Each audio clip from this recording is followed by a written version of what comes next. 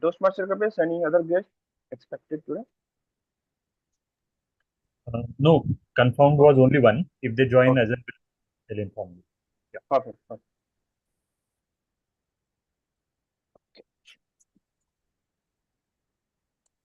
So, good morning, everyone. Welcome to Mumbai Speakers Toastmaster Club. My name is Shreyansh, and I am Zoom Master and Sergeant at Arms for today's meeting. I would like to begin by stating the mission of the Toastmaster Club, which is to provide supportive and positive learning experience in which members are empowered to develop communication and leadership skills, resulting in greater self-confidence and personal growth. Now, I would like to mention three rules that we follow in a Toastmaster meeting. First, kindly switch off or put your phone on the silent mode. Second, refrain from talking about three taboo topics like political, religion, and sex. And lastly, please do not cross talk while in the meeting. Now, since we are in an online environment, I would like to state some rules that we need to follow. Firstly, all the speakers and the role bearers should prefix their name with their roles. Since I am Sergeant at Arms for today's meeting, so I have prefixed it with SAA, and I'm also timers for today's meeting. So I will also add timer in that. So I would request everyone to do so, and if you are guest, then you can prefix it with guest. Secondly, all the speakers are requested to do a quick audio and video check since while they are about to speak. And thirdly, if you have any technical queries or any technical problem glitches, you can reach out to me via DM. And today we have an interesting session lined up. We have Toastmaster Mitesh as first time team, or we also have a book review with that will be done by Toastmaster Rakesh. So stay tuned. And now I would like to pass on to Toastmaster Deepak, who is presiding officer for today's meeting. Over to you, Toastmaster Deepak. Thank you, Toastmaster Shreyansh. Good morning, everyone. Good morning, guests. Good morning, fellow Toastmaster. Do you know what's the common between Bill Gates, Dhirubhai Ambani, Mark Zuckerberg? Any guesses? All are entrepreneurs. They're all rich. All entrepreneurs. Yeah, they're all rich also. Yeah, All are dropouts. yeah, definitely. They're all are correct basically, and definitely they are all are college dropout, and still they are very successful. And we if we say that got, then they are definitely got, and they are definitely the role model for maybe million or billion of people around the world. They have been very instrumental in changing the way of life we are living today. And one more thing you will find that they have been college dropout, but still they learn so much many things, and that was the basic thing which changed everything. And how that things start? It all starts with the self analysis. If we start doing the self analysis, we can find our strength, we can find our area for improvement. And the same case is applied in the case of Toastmasters also. There are some existing members today, and there are some guests. The same existing members, maybe some few years back, they have done some analysis and they found some strength and some area for improvement. And we choose the path of the Toastmasters. And today we have guests also. Maybe they also had something in mind to go in the journey of improving their public speaking skills. So let me introduce the guest for the today. Just a second. Guest Yugmala. May I know if you can share your journey, that how you came to know about the Toastmaster, and maybe something about yourself, and what is your expectation from the Toastmasters? Sure. Hi, everyone. A very good morning to all of you. If possible, I will can try you to open switch your on my video. Yes, right away. Just let me know if it's visible. I'm pretty new to the Zoom environment. I've been using Teams all my life. So Yeah, it's Yeah. visible. It's good. I'm visible. Perfect. Hi, good morning, everyone. Thank you, Deepak, for letting me speak and introduce myself. I got in touch with Krupesh few days back to, get myself enrolled in the Toastmaster Club of Borivali. So I'll just give you a very brief background about myself. I work in insurance company and I manage products in that company. Mm, I got to know about Toastmasters last year. I, I joined, I did not join actually. Actually, in the same way, I was I was guest in one or two of the meetings, but then I moved abroad and for some time and I was not able to enroll myself. So now when I'm back, I thought I should continue my journey again. So that's the reason I reached out to Prapesh, and that's why I'm here to enroll myself. And the reason for which I enroll myself is, I'm trying to gain more confidence because right now the position and the team I'm handling, the kind of profile I'm in, uh, we are expected to go out and do a lot of public speaking, to train a lot of people, So there are like not just 10, 20, but maybe 50 or 100 people out there with whom you need to interact on a daily basis on a public platform. So while initially I was very comfortable, but there was this particular instance that happened where, during my training session, I fumbled. And I don't know why that just got stuck in my head. And since then, my confidence has been a little, uh, here and there. It's not the same as it was before. So I was just telling this to Krupesh the last time I connected with him that this is the reason I want to join. I want to gain my confidence back in a safe environment where I can be myself again. So that's the reason of joining Toastmaster. And I am very glad that I'm part of today's session and look forward to learning from all of you. Thank you. Thank you, Yugmala. We are also happy that you are here today with us. And definitely you will enjoy this meeting and you will learn something. I'm very much sure. So further, we have introduced one more session, which is the book review, and that will be done by our Toastmaster Rakesh. And now, without further ado, let me introduce the Toastmaster of the day, someone who is ever smiling, very enthusiastic, always approachable, and the person who joins Toastmasters meeting almost every week. Give a big round of applause to Toastmaster of the day, Toastmaster Mitesh. Thank you, Over to you, Toastmaster. Toastmaster Mitesh. Yeah, thank you, Toastmaster Deepak, for such a warm introduction. Um, Good morning to fellow Toastmasters and esteemed guests. I'm Toastmaster Mitesh, and I will be your Toastmaster of the day for today's meeting. I would like to start today's meeting with an insightful quote by renowned scientist Albert Einstein, who said, "Learning is not the product of schooling, but it is a lifelong attempt to acquire it." And we all can resonate with it in today's time, especially when the changes are happening in a blink of an eye.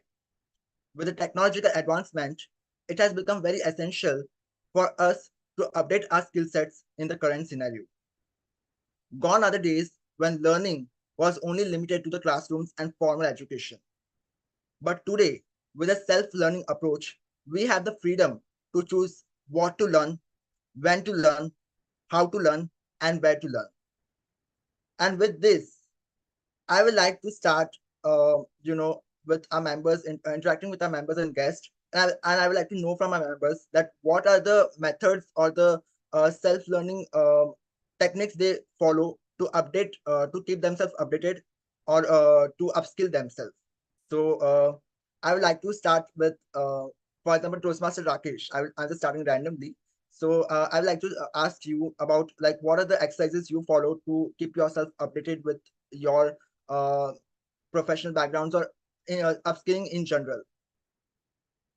Yeah, thank you. Thank you for the question, Toastmaster Mitesh. Yes, learning, as you said rightly, learning is a journey, not a destination. And that's what I said in one of my other speeches well last week, that one needs to constantly upscale themselves no matter what field they are, be it technology, be it banking, because we live in a fast-paced and an evolving world, right? Now, with the introduction of machine learning, AI, we are one with them, right? So people say that AI is going to replace jobs, but that's not the case. It's going to be a very symbiotic relationship. People who understand machine learning, who understand machines will survive. People who don't will perish. So similarly, what I do to basically keep myself abreast with my current profession. So I belong to the world of banking compliance to be precise, and operations. So I acquire, apart from acquiring professional degrees like executive MBA or other qualifications that I've done, I also strive to build excellence in my domain.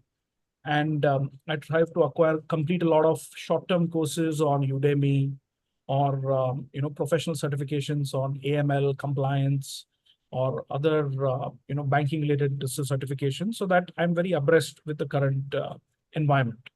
So that is something with my, as far as my professional credentials go. In terms of personal, yes, I like reading, but contrary to everyone's belief, I'm not an avid reader, right? I just take short excerpts and highlights. I don't read a book. I read the highlights typically on, say, blogs, or say, for example, you can Google, there's something called as a 4-minute read of a particular book. There's a website. So in 4 minutes, it gives you a gist of any book and what are the key highlights that you can grasp from that particular book.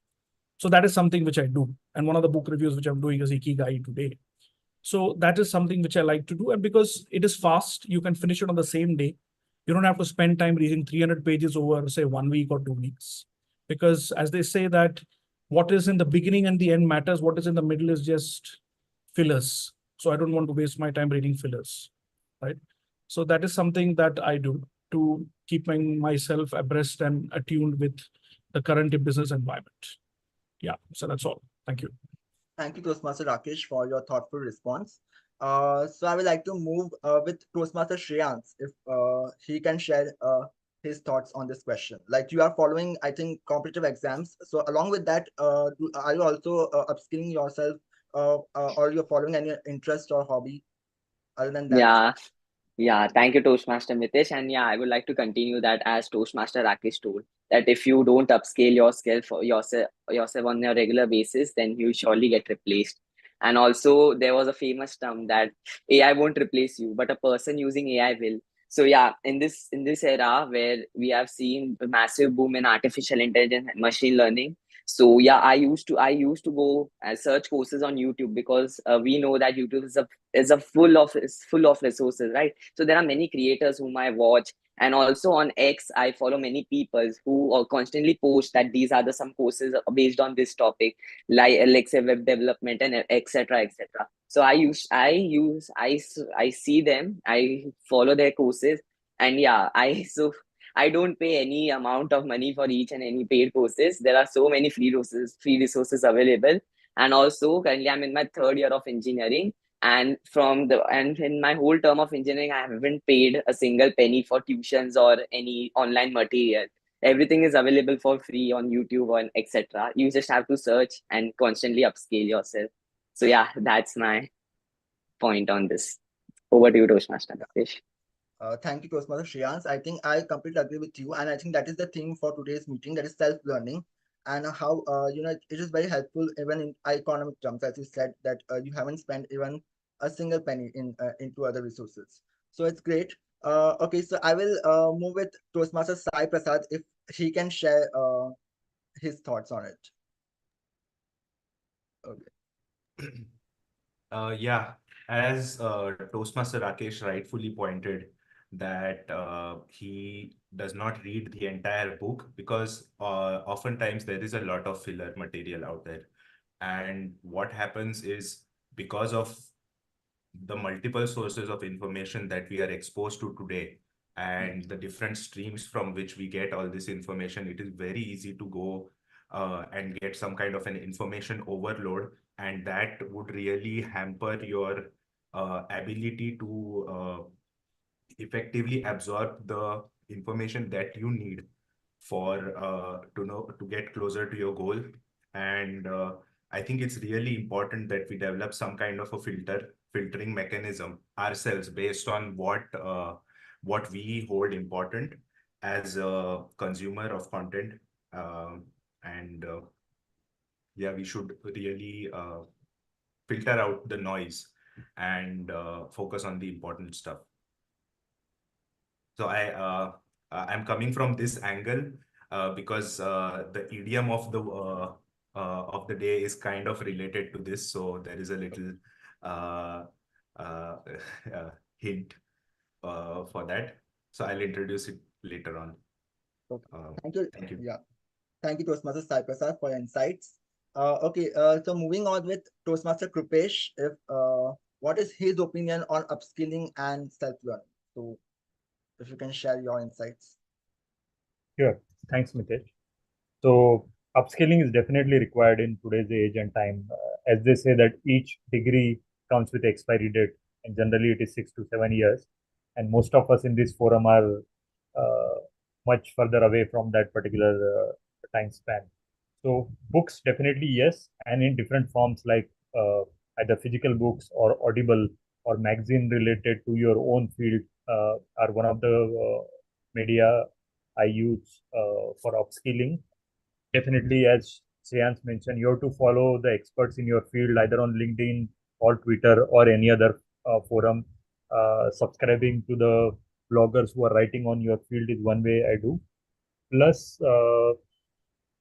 Duolingo is one good platform to learn foreign languages and which also helps keep your brain active and engaged and keep on developing and not getting into aging mode is the one thing I have discovered in a couple of years back. So that I do. And last is travel. Travel is the biggest teacher in my opinion because when you travel, you meet new people, you discover new way of thinking, doing things. You get to visit a lot of museums, which in a way teach you about a lot of science, history, geography, so on and so forth.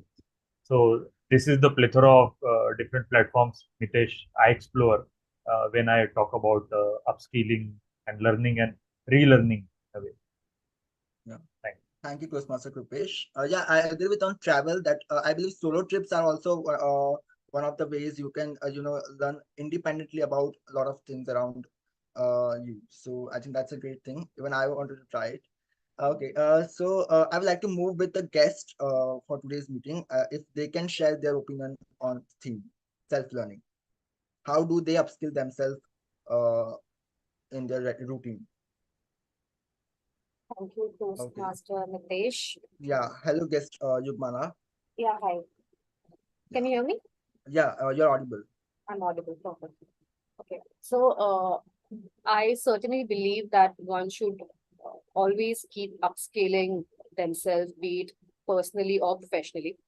So, what I typically do in my personal capacity is I also join or I try to enroll myself into courses like Coursera, or I also go online and do some self reading.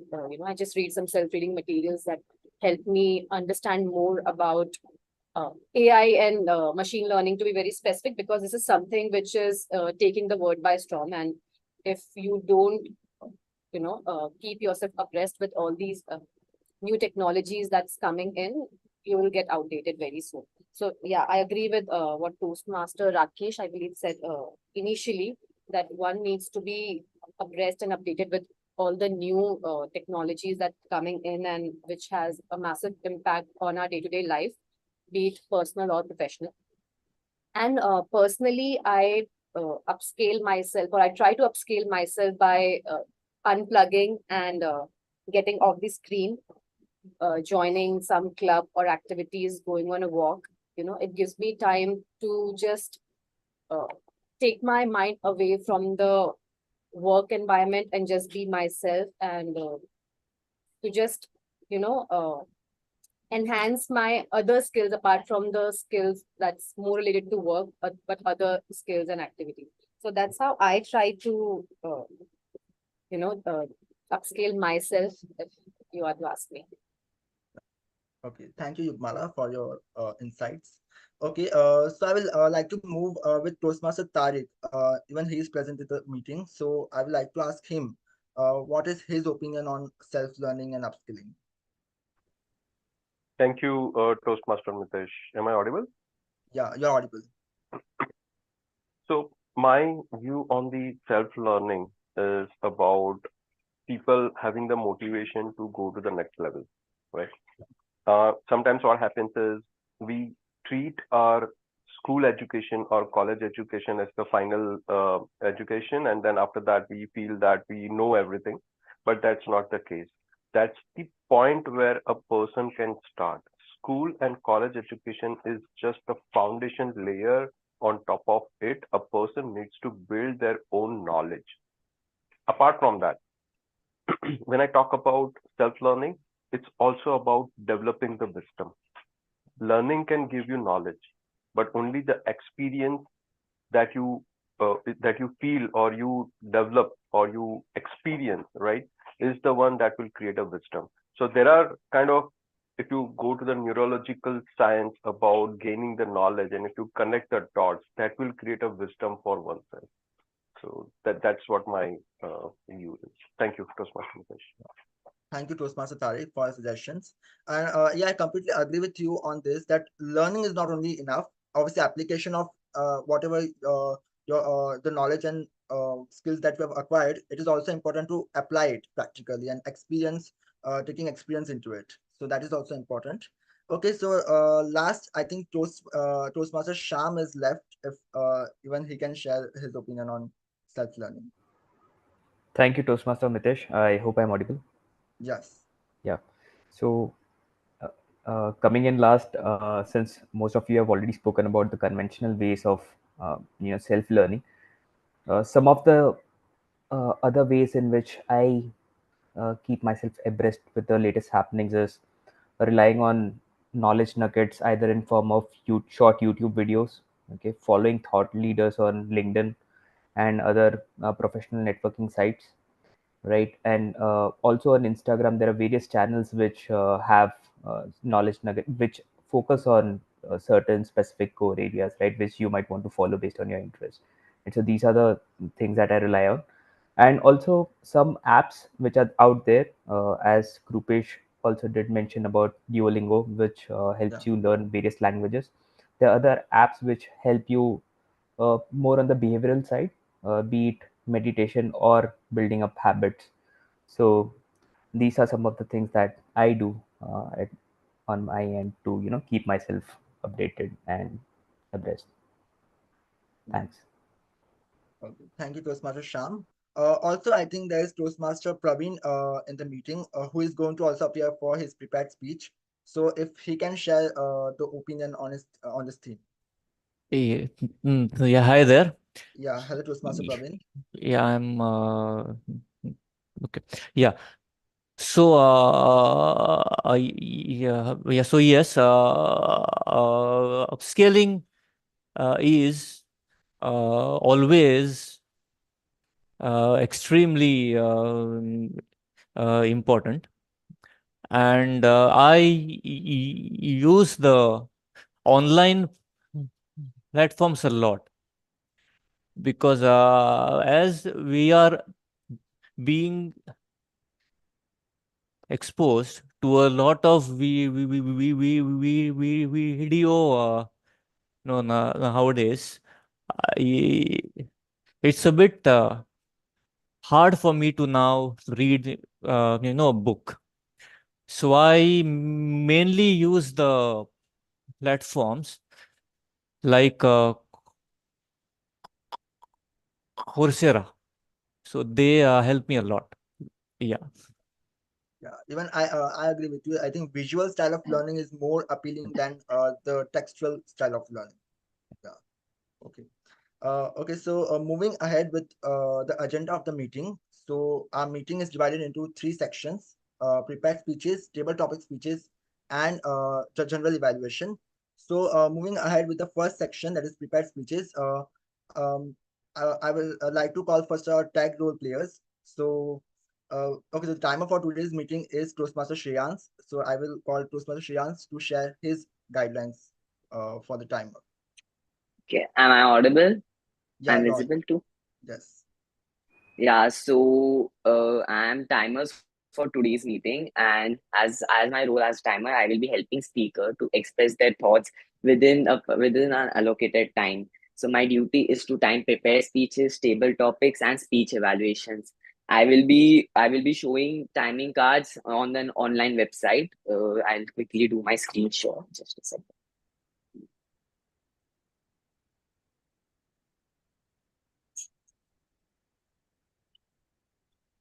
I hope my screen is visible. Yes, So it is. for the table topics, that at the time will be 1 to 2 minutes, and there will be a 30-second grace period. After that, the speaker will be disqualified. For the prepare speeches, the qualifying time will be 5 minutes. The deadline time will be 7 minutes, and with 30 minutes of grace period, the speaker will be disqualified at 7 minutes 30 seconds. And for the evaluation, the qualifying time will be 2 minutes, and it will go up to 3 minutes with the grace period of 30 seconds at 3.30, and after that the speaker will be disqualified. Yeah, so I will again be giving the timing guidelines for the table topics and the speech evaluation as called upon by table topic master and general evaluator respectively. Thank you so much. Over to you, Toastmaster Mitesh. Thank you, Toastmaster Shreyans, for such a detailed explanation of your guidelines. Now, I would like to call next our counter of today's meeting, Toastmaster Deepak, to share his guidelines. Hi, Mitesh. Am I audible? Yeah, you are audible and you are visible also. Okay, okay. So my role as a counter is to record unnecessary sounds used by the speakers and control behavior. They include the crutch words like or, filler words such as but, like, so, and okay. Filler phrases such as and so, and extremely long pauses. The crutch words or filler sounds obstruct the smooth flow of the speech, and it can be very annoying to the listener. At the same time, it decreases the value of the speech. I'll represent the counter report when called upon by the general evaluator of the day. Thank you, Toastmaster. Thank you, Toastmaster Deepak, for your guidelines.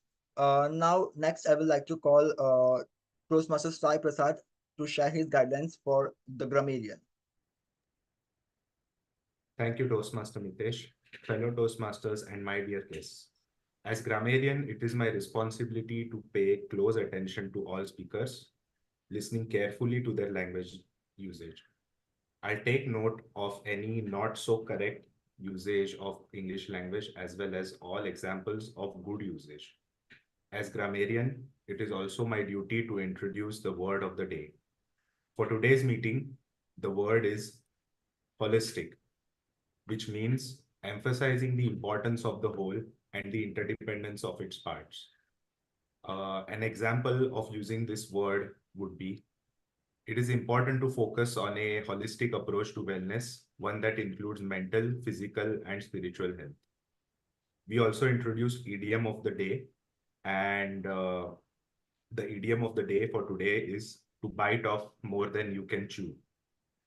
This idiom can be related to overextending oneself, which is a common issue that many people face when on the path of self-betterment.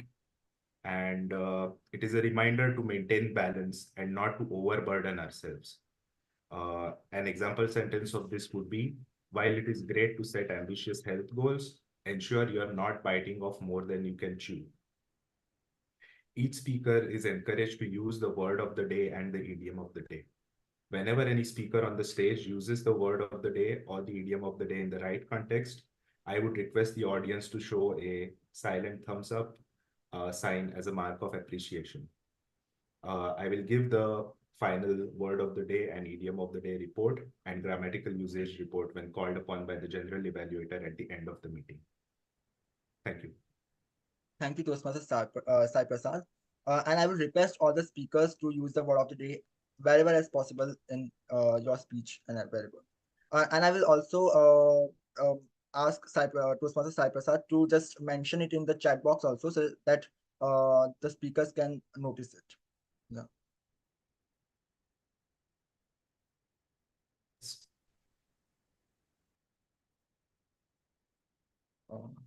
Okay. So now moving ahead with the first section of our meeting, that is prepared speeches. So for today's meeting, our prepared speaker is Toastmaster Praveen, who is appearing for his L1 P4 speech. And I would like to call Toastmaster Rakesh, who is going to be evaluating his speech to share his evaluation guidelines.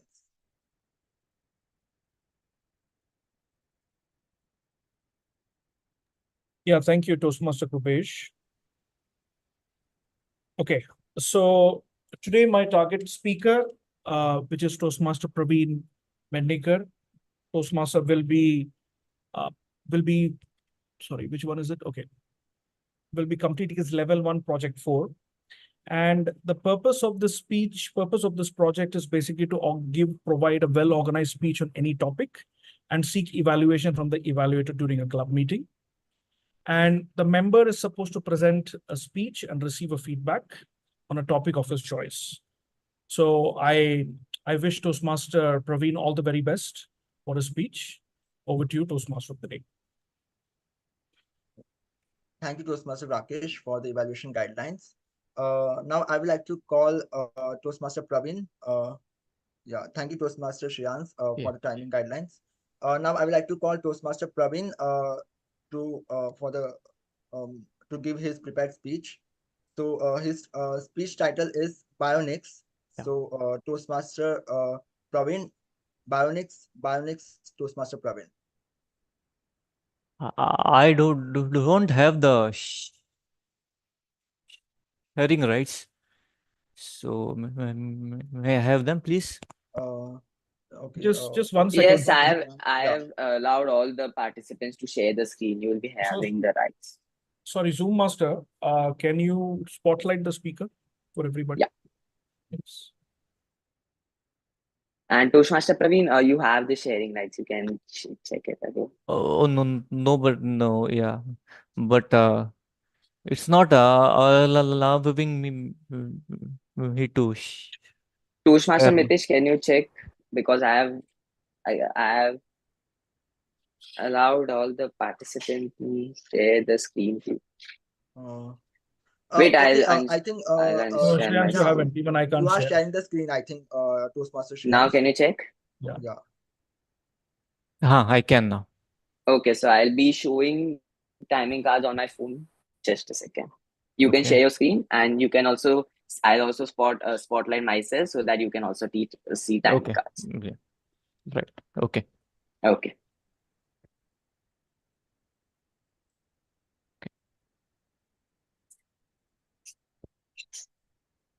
Yeah. Yeah. Hello. You can hear me and see me well. Okay. Yes, Yeah. perfect. Sure. Yeah.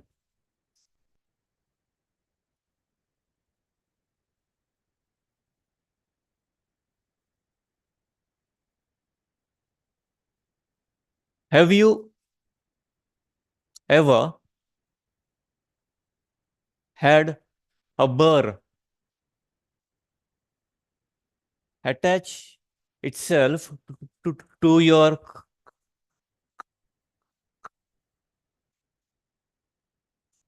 clothes? As a kid, I have had this experience a lot. It may be interesting to know that this behavior of a burr was the inspiration behind the invention of the Velcro.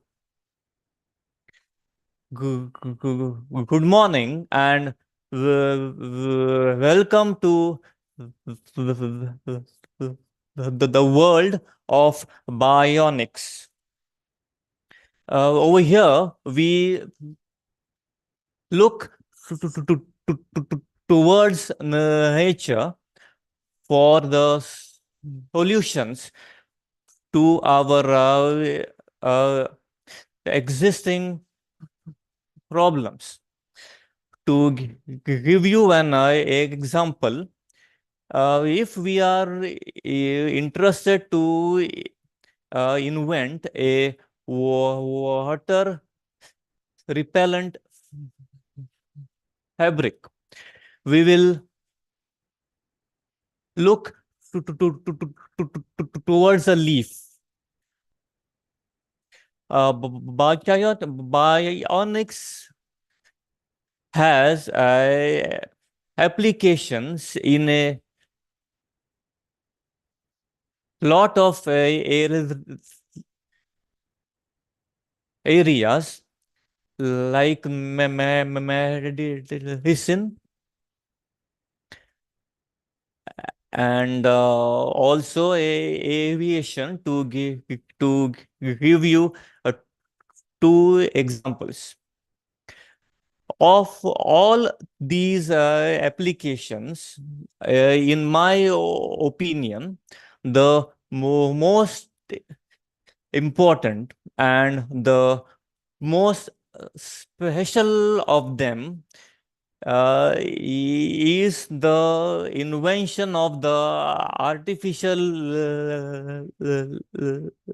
limbs which are responsive, and they are called as bionic limbs. Now, to understand how these limbs implement the principles of bionics, we have to understand how, say, our hands work. I will take the example of a hand as it has a complex functionality. So assume that we have to lift a cup. As soon as we have that intention, the brain will send a signal to the muscles of our hand, our forearm. And this will in turn ensure that we can lift the cup. After the cup is lifted, the sensations that we have in our hand are relayed back to our brain. Now, to implement all this in the artificial limbs, we have to ensure that we understand how our hands are moving. What are the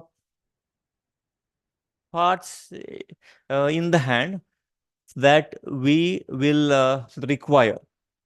We also will have to understand the signals that the brain will send to a hand and how the muscles will react to them.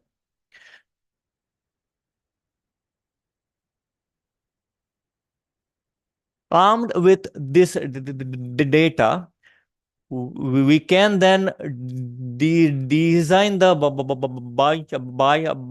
bionic hand and also write the software which will interpret the signals of the brain. We will also have to use AI to help the limb to understand and to learn how to make the movements. Now, we have achieved a lot of success in this part, but we still have not been able to ensure that the sensations that we experience in the real hand are hand back to the brain. So right now the bionic limbs are not able to relay back the sensations to our brains.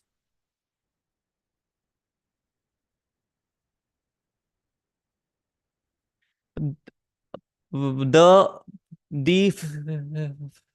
features of the bionic limbs that they are lightweight, they have better aesthetics, but as of now they are extremely expensive, so their usage is not so widespread.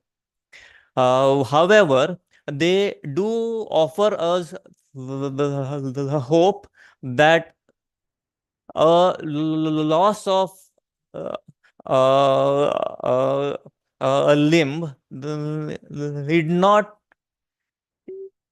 imply a handicap. Over to you, Toastmaster of the day. Thank you, Toastmaster Praveen, for such an informative speech. Okay, so do we have to do evaluation now, or we can just do it after in the end? In the So end, India.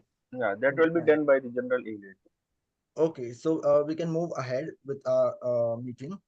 Okay, so we are done with our prepared speech section. So before moving ahead with the table topics, let's come back to the discussion of self-learning. So now in our school, we always had two categories of subjects, like in our mind, like whatever subjects are being offered by the educational authorities. We always had the favorites and not so favorite subjects. So everyone might have imagined, like, I wish I could just replace this particular subject with my area of interest, or with my subject of interest. So my next question to you all is that if you had got the power, to replace one of your main subject with your subject of interest, then what would be that subject of interest, and what would be that main subject that you would replace with? Okay, so can someone start, like, to share the opinion? Okay, Toastmaster Deepak. Yes. Hi. Thank you, Toastmaster, for giving me the opportunity. So I used to like maths in my school days, and I used to hate chemistry. Okay. So whenever the chemistry subject comes, some things they are inorganic, organic, I was not very much interested. Or maybe when I, after 20 days, 20 years of my schooling, I feel that maybe there was some fault with the teacher also. Maybe he was not able to explain, and chemistry was not his kind of forte. Even I Yeah. think he was not liking chemistry when I review my teaching thing. But Yeah. still, the hate for chemistry is the same, and the love for maths is still the same. Thank you, Toastmaster. Okay. So do you want to replace, if you had got the power? So would you replace it with your subject of interest, like any of your hobbies? Uh, so what would be No, that hobby? yeah, but with the maturity, I definitely, so every subject has its own importance. Okay, Okay. whether I like or not, I like maths. It's different thing. But the chemistry also has very important role. Okay, without chemistry, we have nothing. Okay, whether it is in universe or earth or whatever Yeah. medicines we take, whatever clothes we wear, and whatever we eat, or whatever we do, chemistry is everywhere. Okay, so that's very important thing. So that cannot be replaceable, and I would not like to replace. Would not Okay. love. Would not recommend. Thank you, Toastmaster. Yeah, thank you, Toastmaster Deepak. I think even I also agree with you. I can relate with you with the chemistry one, because even I still remember during my 10th boards how I have prepared for the subject. Okay, so moving ahead, like, is there anyone else to share their opinion? Like, okay, yeah, Toastmaster Sham. Hi, Toastmaster Mitesh. Thanks for asking this very Yeah, interesting question, and yeah, that actually got me thinking.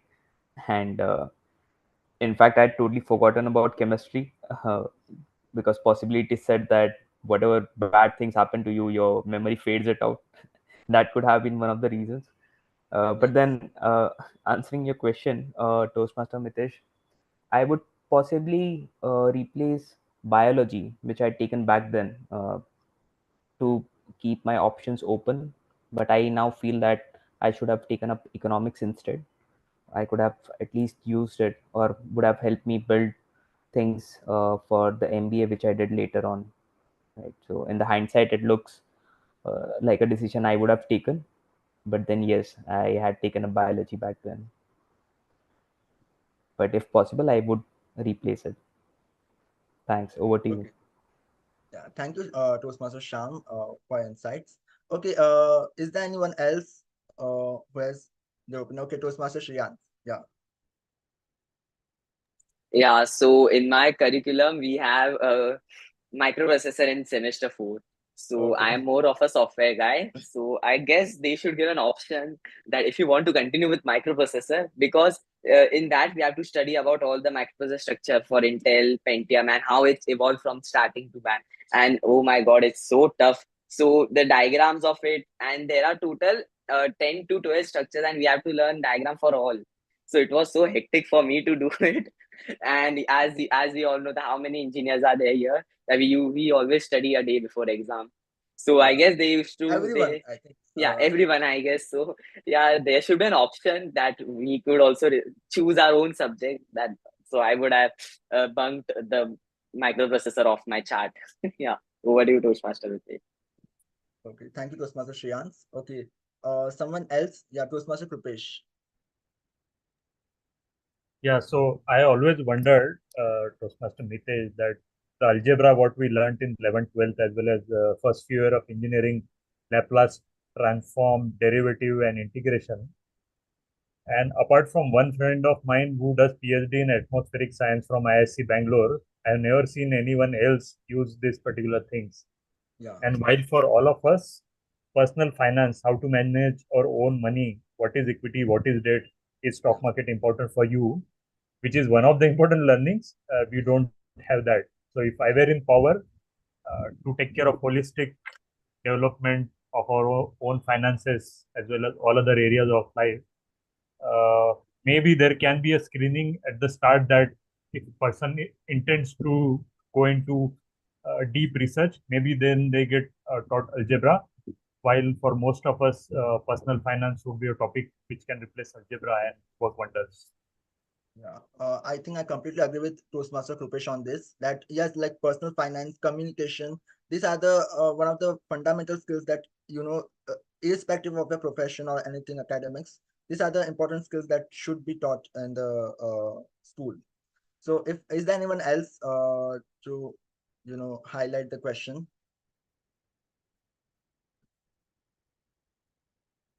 No, Okay, I yeah, don't want to yeah, highlight, but yeah, I Toastmaster. definitely agree with what Rupesh is saying.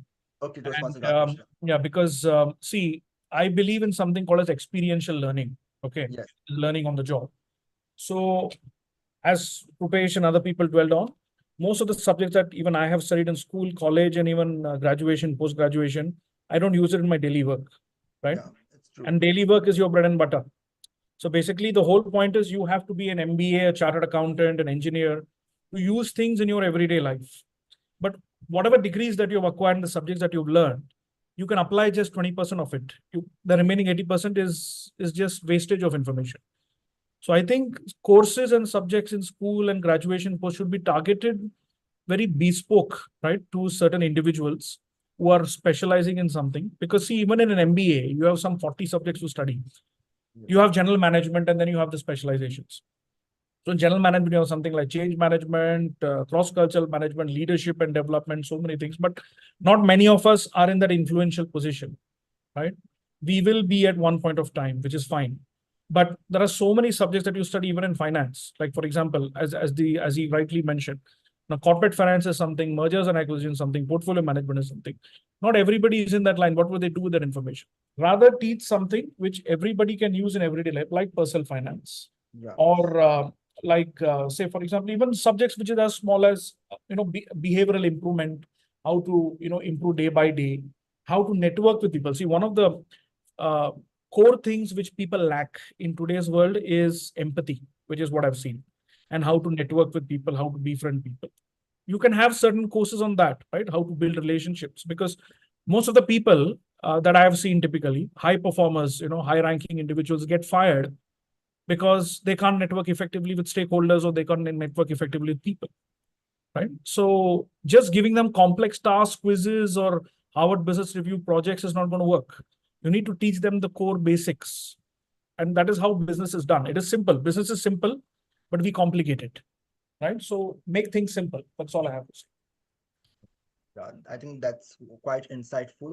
Even I agree with on something like networking. I think these are the fundamentals. That Correct. school teaches something that is very unnecessary, and they should at least certain level. The fundamentals, foundational level is okay, but when we reach at a high level, there should be the choice. Where we can have the selection of the subjects. So I See, think another thing that I would like to say yeah, to end on it. See, the reason is why our education system is designed to be complicated is, especially if you look at the IITs, right? yes, And specifically looking at the IITs only. Now, it is assumed that a person passing out from IIT is a be all end all of life.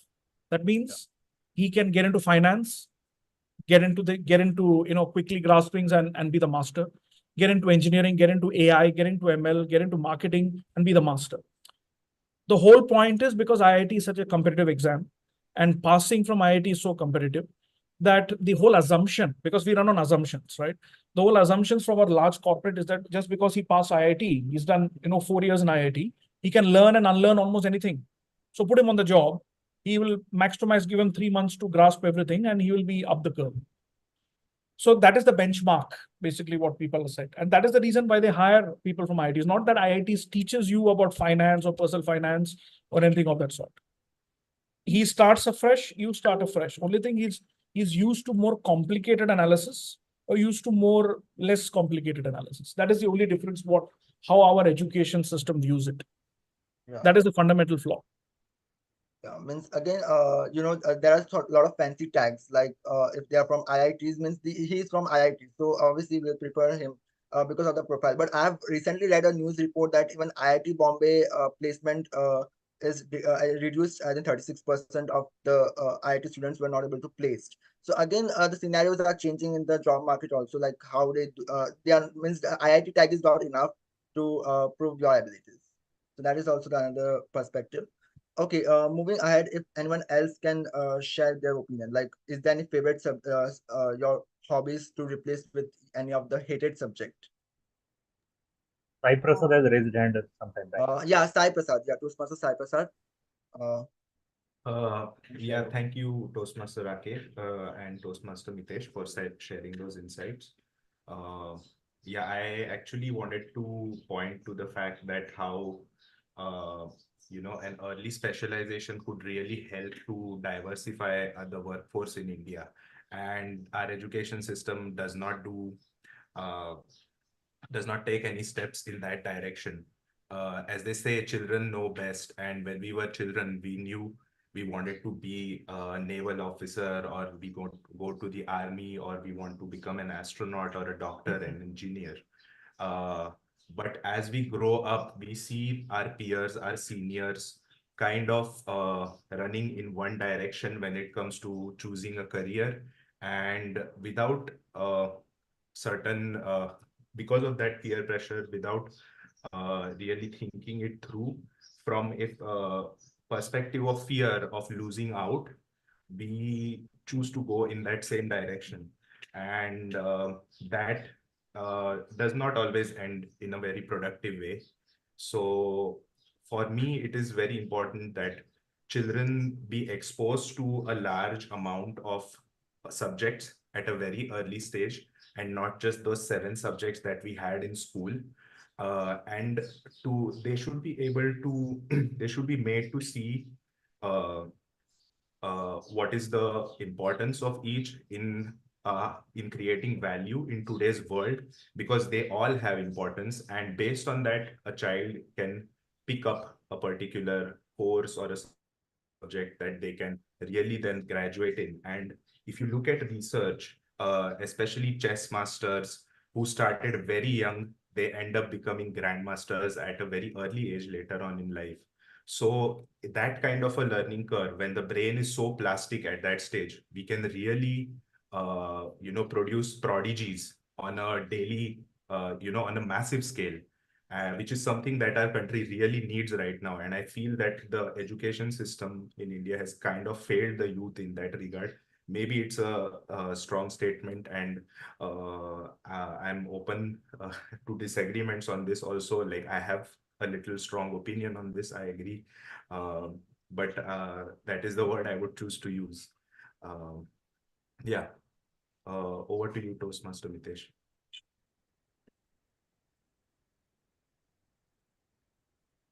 Okay.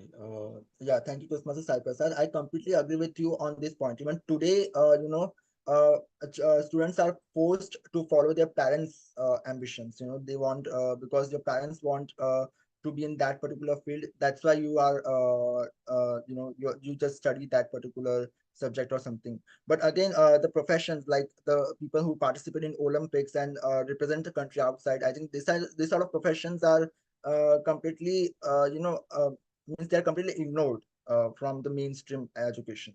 So that is also something. But I think new education policy is something is maybe very reformative for the education system, as they are introducing multidisciplinary systems. So even if I, for example, I'm a commerce student, and I do have the choice of even learning the humanities subject. So there could be exchange of other. It will definitely going to remove the boundaries of the streams that are right now. Okay. So anyone else could share their opinion on this question? If I may, Toastmaster Yeah. Mitesh. Yeah, Yugmala. Sure. So I would first start with answering your very initial question, if Yes. we have any, favorite or not so favorite subject. So I mostly loved all the subject except history. I still grapple with it, not so great at it still. I somehow manage. But yeah, history was not so favorite subject of mine, and I used to love maths and science a lot. While I agree with most of the speakers uh, in what they shared, I would also like to add that academics are important for everyone, but our educational system needs to move away in a mannered phase from traditional way of education to take on a more holistic uh, approach, or to take on a more holistic curriculum into consideration. So we need to also focus on the very basics. While I agree, I'm sorry, I'm missing on the name of few of the Toastmasters. I'm very new. So while I agree with someone saying that, it should be like a chess master, we need to, uh, build prodigies and all. But we need to also focus on a very basics, like how to file taxes. People don't know about taxes. They don't know the difference between direct taxes or indirect taxes, right? Very basic things. How to go and open a bank account. Currently, we have a lot of things that we read, but when we grow up, we pass our 12th standard and step out, and we enroll into college, and people are there on their own. Students don't even know how to go into a bank and open a simple bank account, because they're so dependent on their parents. They have not done it ever. So we need to teach them these basic things as well, like how to fold your own clothes, for that matter. So I think, like how it happens in Japanese school, I'm sure you must be aware, till a certain age, they are taught basic basic home chores, so that when they grow up, they are well equipped and they're not dependent on anyone. So I think these kind of things is also, these kind of, conditioning or teaching is also very important. At the same time, I think offering counseling, which nowadays is happening in schools and colleges a lot, but developing a strong mental support for the students is also very important. While we have a lot of IITs, IIMs pass outs, and they are doing wonderfully well, but the same time, the amount of mental pressure they are going through, we know the kind of news that's been coming out from Quota or different kind of IIMs recently, right?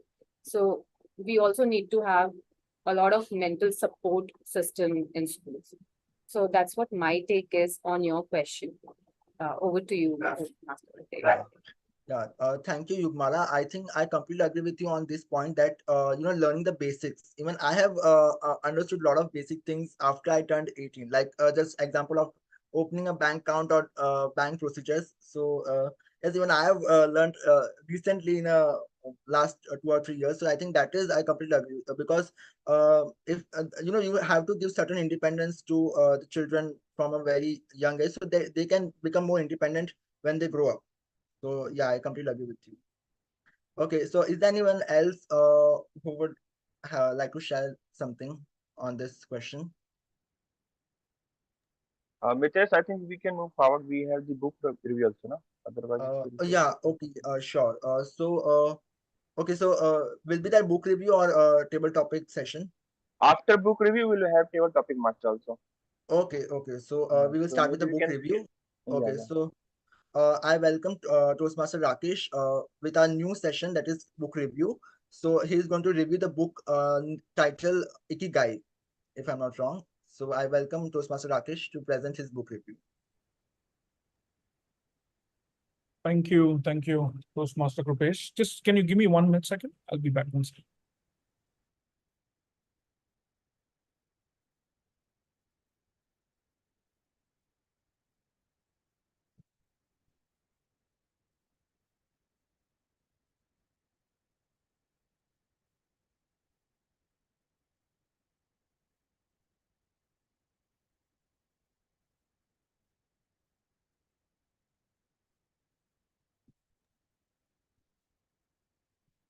Okay. Good afternoon, everybody. I hope I'm audible, visible.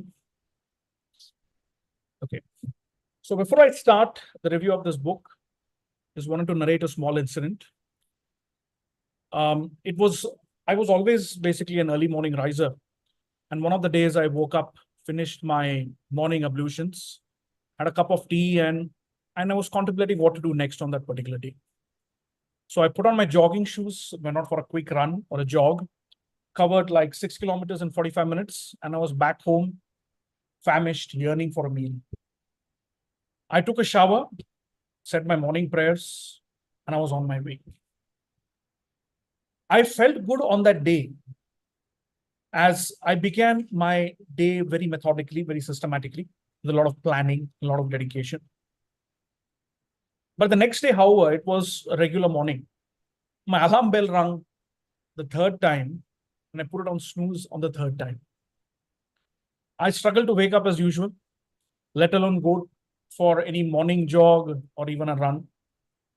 I told myself, why do I have to keep doing this every day? What is the purpose and motive behind me being so meticulous and so organized? Why can't I be just the in time guy rather than always in time guy? Now, the answer to this question, my friends, is this: discovering your ikigai. I'm sure most of us have read this book, if not read, at least know what an ikigai is. For ones who have not, ikigai, it does sound very gibberish. A friend of mine suggested me to read this book, Ikigai, multiple times, and I Googled what it meant multiple times for me to actually be glued into this book. Ikigai simply is a Japanese term that, when translated into English, simply means a reason for being. Or if I talk about it in plain, simple English, it means your reason to discover excellence and live and flourish. Organizational missions and visions have been crafted based on ikigai. For example, when every one of us know Citigroup, right? Citibank. Now, Citibank has a mantra or its vision statement saying that Citi never sleeps. There is a long-term vision perennially, which has been set for decades and even ages together. Now, and people live up to that vision because they get up to work and they get motivated and go to work the next day because of that vision. Donning that Citigroup ID card is indeed a matter of prestige for such people who follow this vision. At least that's what I felt during my stint at Citibank, when I discovered my ikigai with Citibank that resonated with the vision of the company. People of Japan have practiced ikigai, that is basically the reason to live, for centuries. They associate ikigai with longevity and leading very joyful lives, most importantly. This practice has made Japan one of the 5 blue zone countries. Blue zone countries are places in the world where people will live long and fulfilling lives. The key is long and fulfilling, not just long. So you can live long with chronic diseases. That is not called living long and fulfilling. You can live fulfilling, but not live long, right? Both have to work in synchronization. Everyone knows there is a city of Okinawa in Japan, in case you don't know. Okinawa is a place in Japan, which is basically described in this book. That's what this book is all about. Has the highest ratio of centenarians living. Centenarian is basically a person who lives beyond 100 years. It's called a centenarian. And that ratio is 22 centenarians per 100,000 of population. That is the highest ratio in the world. Now, what the key to this longevity and leading such a fulfilling life is obviously discovering their ikigai. Now, this is almost a 200 to 200 page book. But if I have to summarize this book in three simple qualities that I have to imbibe basically from this book is, one is having a purpose in life so that your vital components of longevity and happiness is achieved. And if you want to live a long and fulfilling life, follow the advice of the oldest people in the world, or basically follow your elders, as we do in India. That's why the culture of India and Japan is not very much different. As somebody mentioned about Japan and schooling, so we are very much similar to Japanese in terms of the culture that we follow. That's why both of us get along very well. And third is, to stay healthy throughout our life, we have to get moving almost every day. And it has to be a continuous process. So you can't just get up, move on a single day, go for a run, feel all energized. And on the next day you say, okay, why should I do it? There has to be a purpose. It has to be fulfilled. You have to keep moving every day. Now, Okinawa in Japan is known to some of the longest living people in the world, like I touched upon. And how they define ikigai is they split ikigai into 2 separate characters or words. Iki, which means life, and gai is value.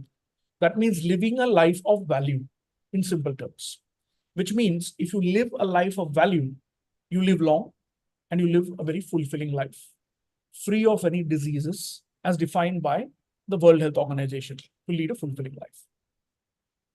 Now, what are some of the questions that you should be asking yourselves to help you lead that kind of a fulfilling life and meaning of purpose?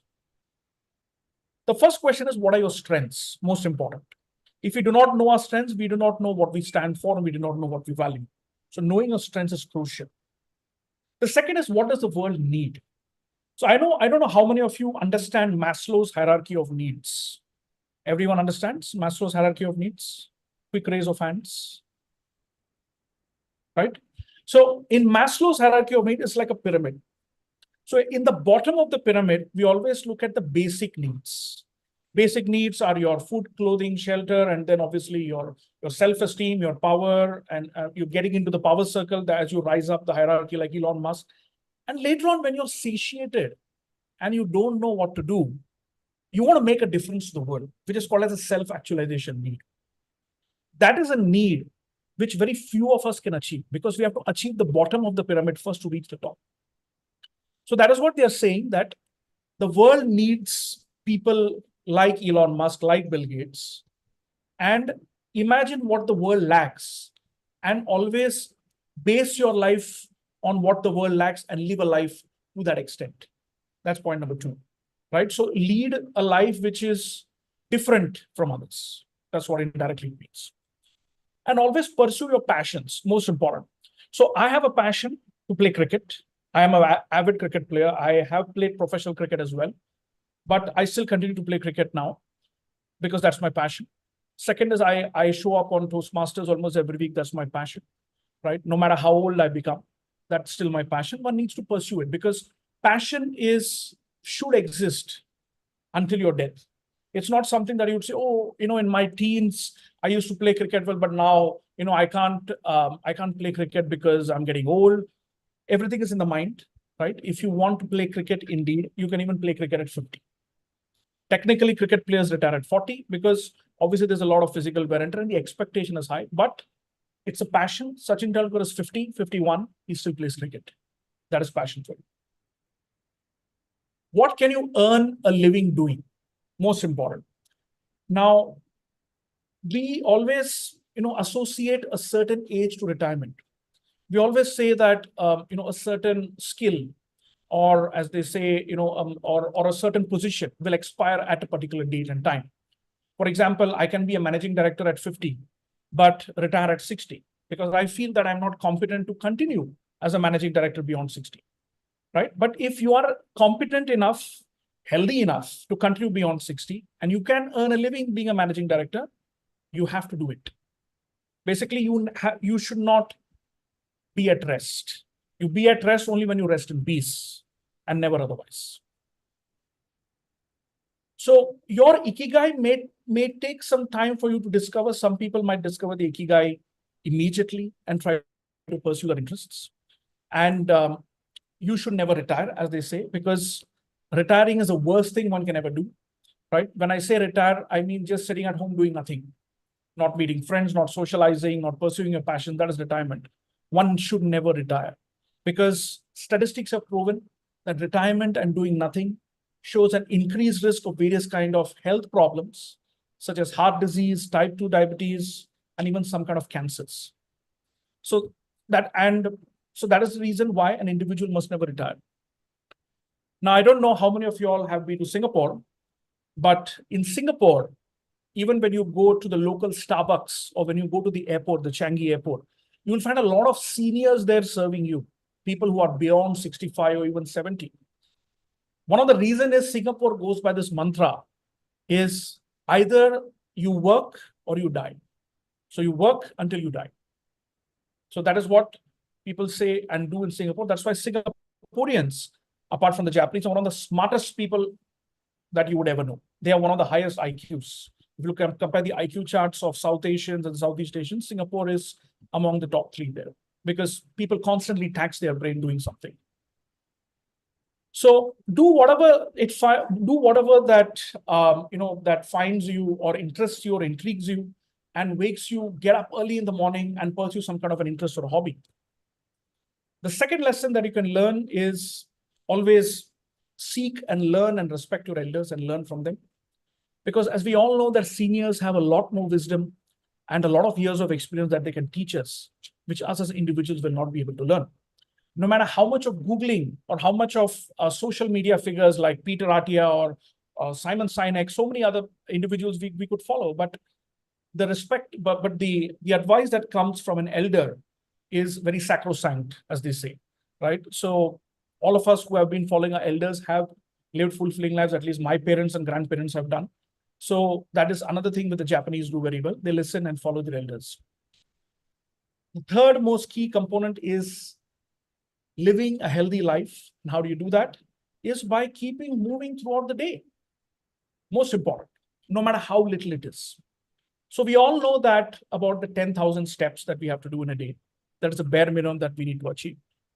Now, the concept of Ikigai is that although you might not achieve your 10,000 steps, but if you're not sitting idle and doing something, it is still very paramount to doing a lot of things. There are some of us who work for 18 hours a day. We might sit for 14 hours a day, and the remaining 4 hours we might move. But sitting at 14 hours a day in one stretch is dangerous. Dangerous to your heart, dangerous to your liver, dangerous to all the organs of the body. So you need to keep moving every now and then. So moving need not be taken in the literal sense. Moving means getting some amount of physical activity and exercise. One can get physical activity and exercise through going to the gym. So I'm an avid gymmer, a runner. Some people might mix it with sports. Some people are mix it with, MMA, mixed martial arts, CrossFit, high intensity interval training. So to each his own, basically, most important. And the meaning of happiness is basically derived at much deeper levels and has to be basically consciously sought.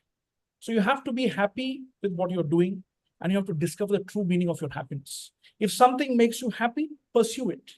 If something makes you bored, drop it and pursue something else that makes you happy.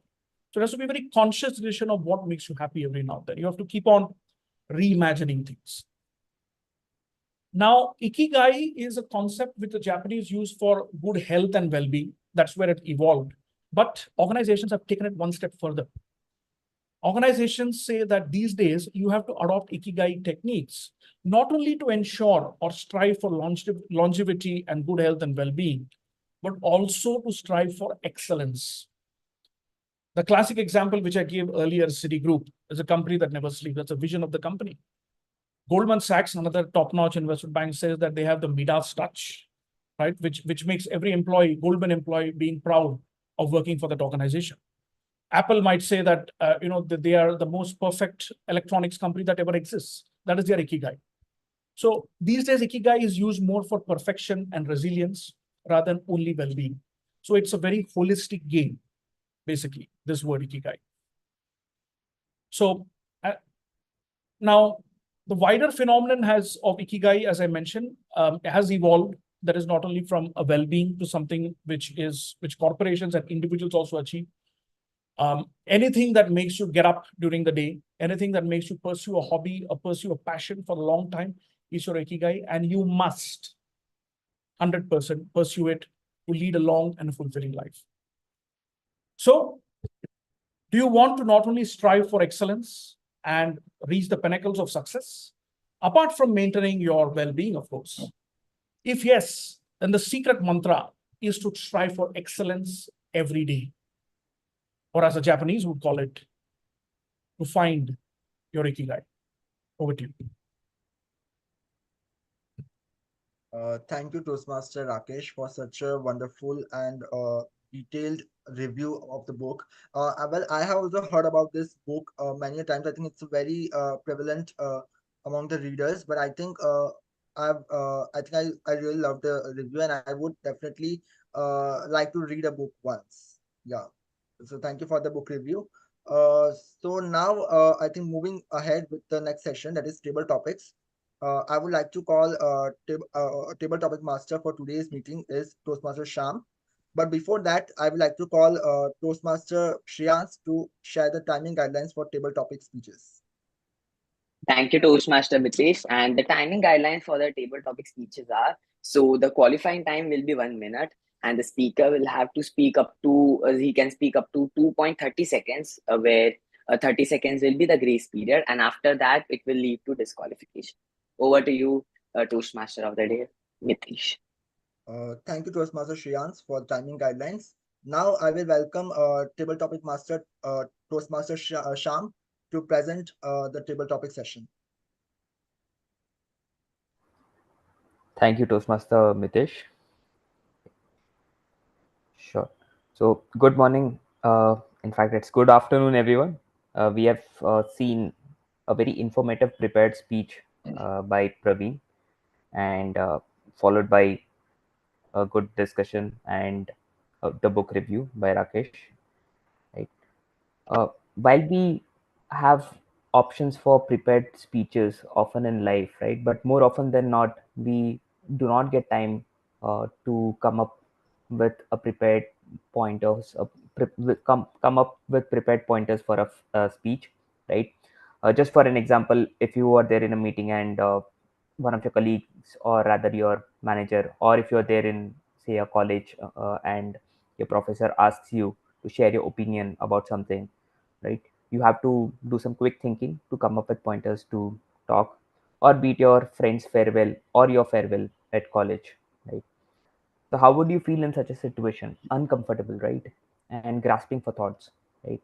So the ability to speak confidently comes only with practice, and that's what is an opportunity that's made available over here at Toastmasters, right? So uh, we have already heard about the guidelines, right? I'll be sharing a topic uh, which you can think about and share your thoughts for share your thoughts on the same as per the guideline that got recently shared, right? So inviting members to come forward, I'll share a topic and you can then present your thoughts on the same. Anyone who would like to volunteer? Just a reminder to everyone, please use the word of the day, holistic, in your speech. Sure. Anyone who would like to volunteer?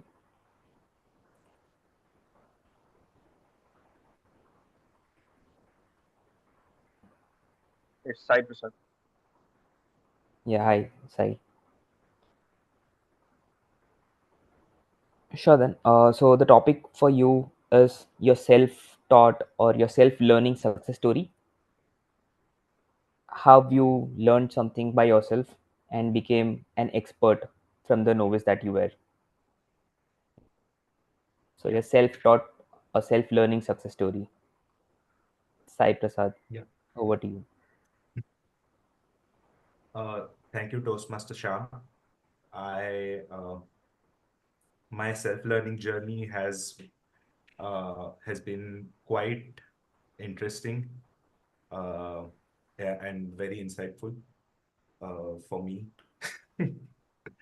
uh, so I believe in learning on the job, and it's kind of a trial by fire situation where I believe I thrive the most. And in those situations, you kind of have to do or die. And the I found myself by a coincidence, or I don't know how, uh, in these situations all the time. And I sometimes I fall, and sometimes I emerge successful, and every time it is a great learning experience for me. So the most recent success that I had was uh, when I was in Germany and I was completing my master's. And during my thesis, I uh, like it was very mathematically involved, and I had to, as Krupesh said, use some integrations, some linear algebra, things from here and there, and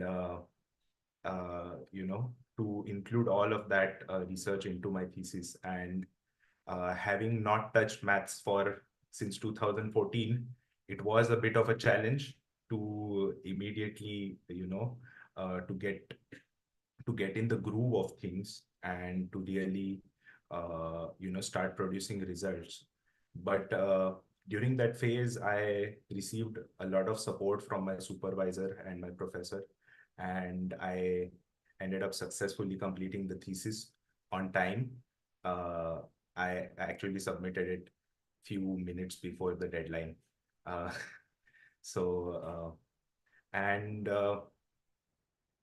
yeah, that was a recent success for me. Uh, and that taught me that why self-learning is something that you should take the initiative. It's important because no one is going to, after a certain stage in life, no one is going to come and give you the information that you need, or help you to raise the questions that you need to answer to get yourself to where you want to be in life. Um, and so that taking that initiative is important.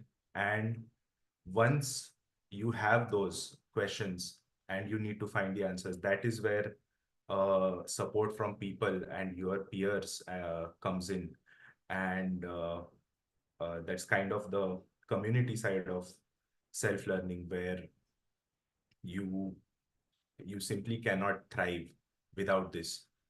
It is instrumental. So during my bachelor's, I was kind of immature about this, I would say. That I was like, okay, a programmer is someone who has his hoodie on his head like that, and sits in a dark room in front of screens and does programming all day. And that gives you results to a certain extent, but it also fosters uh, certain negative emotions inside you, and that is something that collaboration with other people is an antidote to, and I firmly believe in this. So initiative to conclude, taking the initiative and depending on people around you is my main lessons from self-learning, my self-learning journey. Over to you, Team Mitesh. Sure. Thank you so much, Sai Prasad, for sharing your, anecdotes and your experience over there in Germany, and how you put an effort to learn so much by yourself. And it was great to hear that someone like one of us got to use the mathematics that one had learned during the childhood. Sure. So we have got Toastmaster Deepak who has raised his hand. Sure. So the topic for you, Toastmaster Deepak, is like we often learn from structured learning programs which are there, be it say through a course, or even the unstructured ones through a book or videos and others, right? But we often learn more from people around us, right? So who is that one person from whom you have learned, uh, who is part of your life or might not be part of your life right now, but that who had a substantial impact on you, and what did you learn from them is what we would like to know. Over to you, Toastmaster Deepak. Thank you, Toastmaster Sam. Am I audible and visible? Yes, you are. Okay. So, frankly speaking, there is not any individual, but the kind of plenty of people I have learned from them, starting from my childhood to my this day in my current career. And I would like to put my examples from my current scenarios now. So I'm talking about the manager I am working with.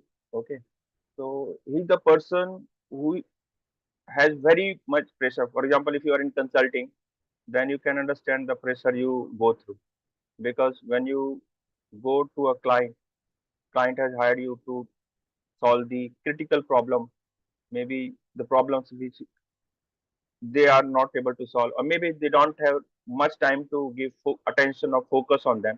Okay, so that guy means he works, I think, more than 15 hours per day, but the kind of smile he always has, he never try to pass the bucks, he never try to pass his stress on the people or subordinates or juniors. Okay, he'll definitely dictate that you have to do this and that work, but at the same time he's always available to help you. If you have uh, you are stuck anywhere, you can approach anytime to him, and he's there to solve. And that is the something he has not, he has got no haters. Whatever he says, his juniors and his colleagues put his or her best effort to solve particular that problem. So it's not about that he works for 15 hours. That is something we must appreciate. But he is so consistent, he's so polite, he's so humble. And as Rakesh always talk about empathy, that we all learn from him. So some problem can be solved in less than maybe 8 hours. Some problem can take maybe one complete day. But we all people put our best effort to solve particular that problem, and that's something I learned from him is empathy. Thank you, everyone. Sure. Thank you, Toastmaster Deepak, for your wonderful insights and what you learned from your current reporting manager, and it was great to hear about your perspective. Right. So over to the next topic and to the next speaker. We'll go in the order in which the hands were raised. We'll start with Tariq, and then we'll go on to Toastmaster Krupesh. So Toastmaster Tariq went off. No, I'm on. Yeah. Hey, sorry. Yeah. So Toastmaster Tariq, the topic for you is self-learning in digital age. Your perspectives around it. I'll I won't further. I wouldn't like to further elaborate because then I might kind of color your thoughts. So self-learning in digital age compared to the years of 90s and 2000.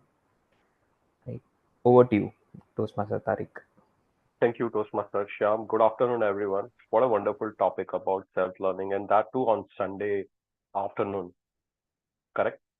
So, in this world, we are at the epitome of the technology evolution in the entire humankind and in the entire human history.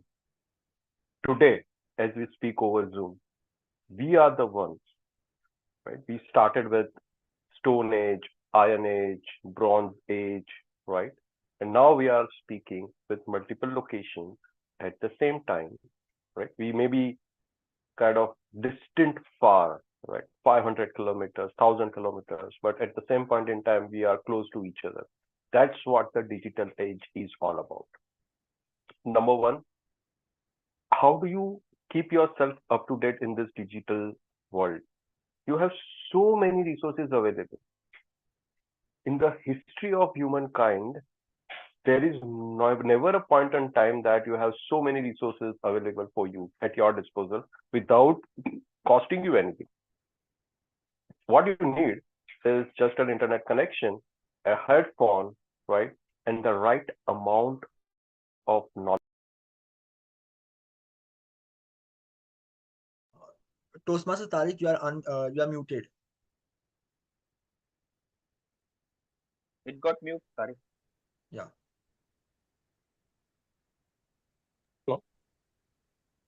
Am I audible now?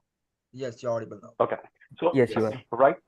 right now we are at the time where we have so many resources at our disposal, but it requires wisdom in order to what to utilize and how to utilize. You may be going through 10 different YouTube videos, right, of the same topic, but it requires knowledge and wisdom to identify what is right for you and what you want to learn, right? I have seen, and this is my own experience as well. What I've seen is multiple times about going through the videos, then the next, right? But then at the end of 10 videos, I don't know anything. I'm not able to go deeper into any of the topics. And that's what we need to balance. We need to balance with the right amount of information, with the knowledge that we can get from the books as well. So don't ever overrule your knowledge that you can gain from the books. Books is very important. That will keep you calm, that will keep you focused, that will give you the perspective of the author, and you can leverage the knowledge of the author which he has researched over the number of years, right? Which a 10-minute YouTube video can never give you that. Thank you. Over to you, Toastmaster Shyam. Thank you, Toastmaster Tariq, for sharing your wonderful insights. And when you started off with the context of us being on a Zoom call, that actually set the context so beautifully, right? The way things have changed and way things have evolved, and your wonderful perspective on balancing views, of a YouTube video and balancing it with counterbalancing it with books, insights from a book, which is more well researched in nature. Right. Uh, Sure, then. So we'll move on to the next topic and to our next speaker, Toastmaster Krupesh. So I've got a very interesting topic for you, and would love to listen to your perspectives on this. Right? So the topic is power of mistakes: how embracing failures facilitates deeper learning. Okay, power of mistakes: how embracing failure facilitates deeper learning. Toastmaster Krupesh, over to you. when you are successful, what you get is a win. But when you fail, what you get is an experience and a possibility that you will win next time. I remember a story from my college days. I took part in a personality development competition and I failed miserably. I went on stage, I could not speak. But what helped me in that competition is I was also able to experience other speakers, what are good things they are doing, and what winner did it right. And when next year, in the next edition of the competition, I took part and I repeated what winners have done. And I consciously did not do all the mistakes which I have done last time. So I am very big believer in simulations, that you simulate what you are going to do in actual life beforehand, make some mistakes. Like as a VP membership, I speak to this for prospective members, that you want to perform in real life in front of your audience, in front of your colleagues, in front of your bosses. So please don't make mistakes there, but come to Toastmasters, experiment different styles, experiment with different things, make mistakes on this platform, because here you have a supportive environment. You'll get a feedback, you will get evaluated, and you will improve upon all your delivery techniques. And in real life, you can then deliver hassle-free or mistake-free performance. So I believe many times people feel that ones who are successful have done all the right things in their life. But I know for most of them, all the success is series of failure, series of mistakes, series of learnings, series of improvements, finally culminating into success.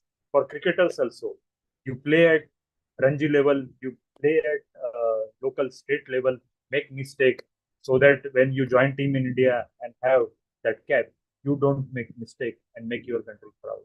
So yes, success is made up of mistakes, in my opinion. Over to you. Thank you.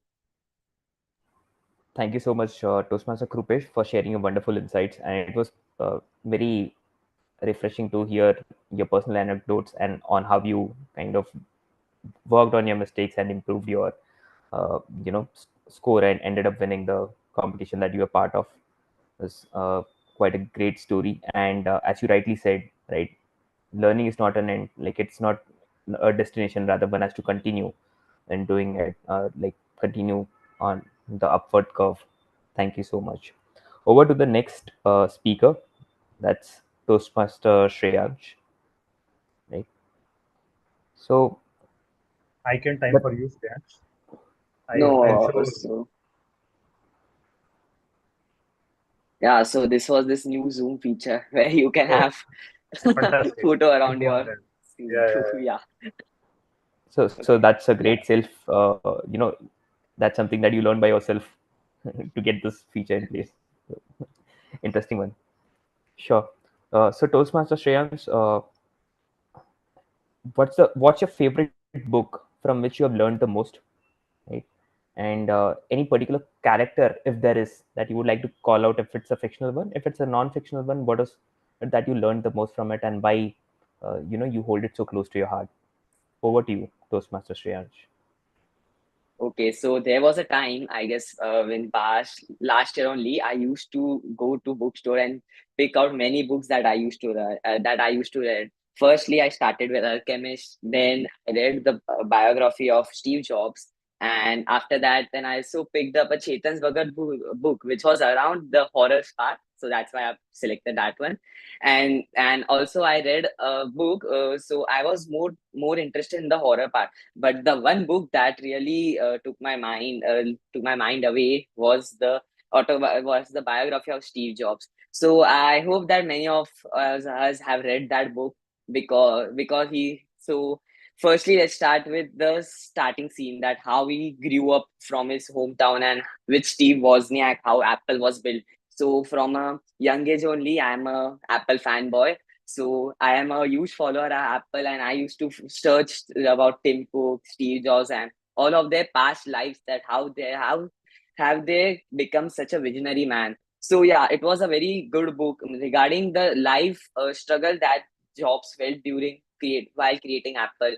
Like you also, that many of us also know that he was removed from his own company, and then he created Pixar's, and he was again offered the job for CEO for Apple because it was not performing very well. So this is just the ups and downs of of a common man who didn't had interest in many college and etc. But he was more into hardware technology, and as you know that Apple is currently valued at $3 billion, and what company that man has made. So it's all about that book, and it's a great learning for me too. The holistic approach that he applies to his life, it's all written in that. The author has explained it very perfectly, and also his bond with Steve Wozniak, Tim Cook, etc., have been perfectly explained in that book too. So yeah, that's one of the book that really blew my mind away. Over to you, Toastmaster Sham. It was very interesting to hear from you, Toastmaster Shreyans, and the way you expressed your thoughts, I'm pretty sure that you were greatly captivated by the initial phases of life of Steve Jobs and how he built from scratch, and reached these new heights, right? And as a quote goes, and it's from the movie Batman, it's not who you are, but what you do that defines you, and that's very true in the case of Steve Jobs and all this, uh, you know, tech whizzes who have made it from the scratch, right? Often from the garages, right? Yeah. Sure. So, for our next speaker, can we have our guest, Yugmala? Sure, I'll give it a Yugmala, try. if you're comfortable, we can. Yeah, Yeah, I'll give it a try, definitely. sure, that'd be great. Sure. So then, the topic for you is, so if you were given an opportunity to meet one of the famous personalities from who are no more, who are not alive anymore, right? Uh, to learn something from them, who would you like to meet, and why so? What would you like to learn from them? Right. Sure. Then, over to you, Yukmala. Uh, Thank you, first of all, for at least giving me this opportunity, at least in my head, to be able to meet one of the very famous personality who's no more right now, and that would be for me would be Mother Teresa. And why so? Because okay, I'm a very empathetic person, right? And I believe doesn't matter how a person looks or what kind of social stature that person carries.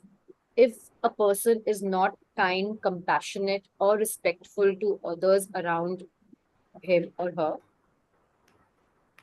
that social stature or the looks or other thing doesn't matter. For me, it's your empathy, it's your kindness towards other that makes you a great human being, right? And that's what whenever I read about Mother Teresa, that how empathetic she was, how helpful and kind she was towards others, that drives me, or that's something that I would want to learn from her and listen from her directly. And if I get a chance to meet her, I would like to thank her for all the good she has done for the world, right? Uh, so yeah, that's what I would want to do. Thank you. Over to you. Sure. Thank you, Yugmala. Thanks for sharing your thoughts. And I'm pretty sure that most of us over here would like to meet Mother Teresa for the work that she has done, and the she has been an inspiration for a lot of people around the world, uh, to do good, right? And expecting nothing in return. Thank you. So, any Yeah. other speakers who would like to come up?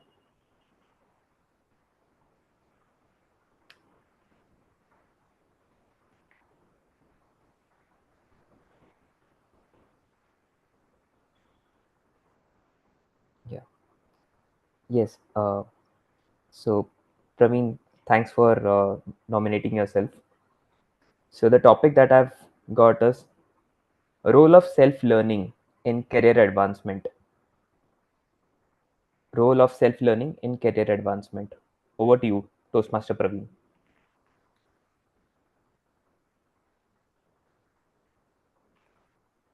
So I had read this book once. Okay, where the uh, author had explained, right, what he expects of the people who work for him. And he said that please don't do only what I want. So he emphasized that you uh, have to use your own judgment of what work has to be done, or what does the work require in excess of what was asked of him, and to gain that understanding of that, you have to read between the lines as such.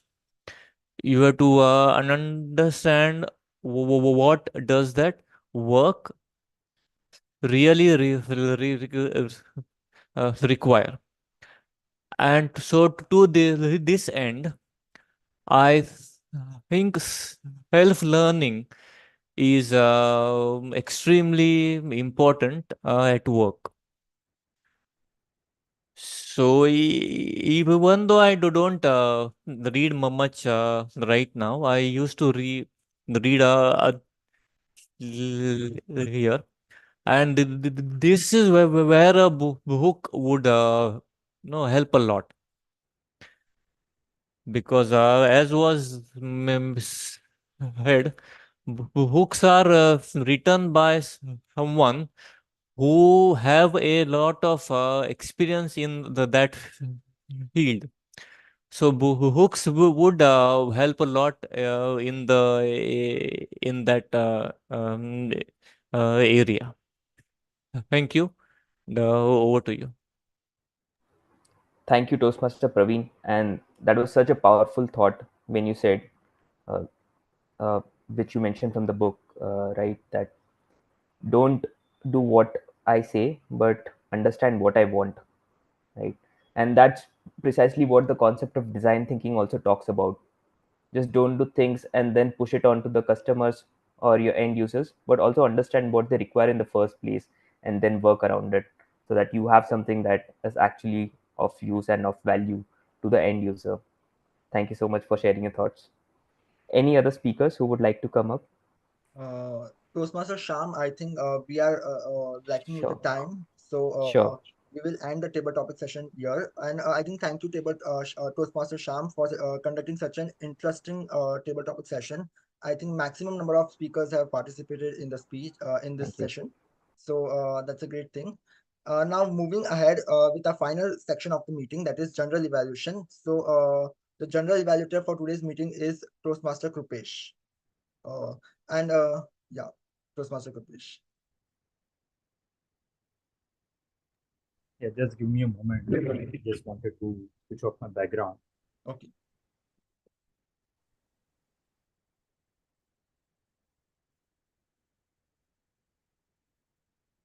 Yeah.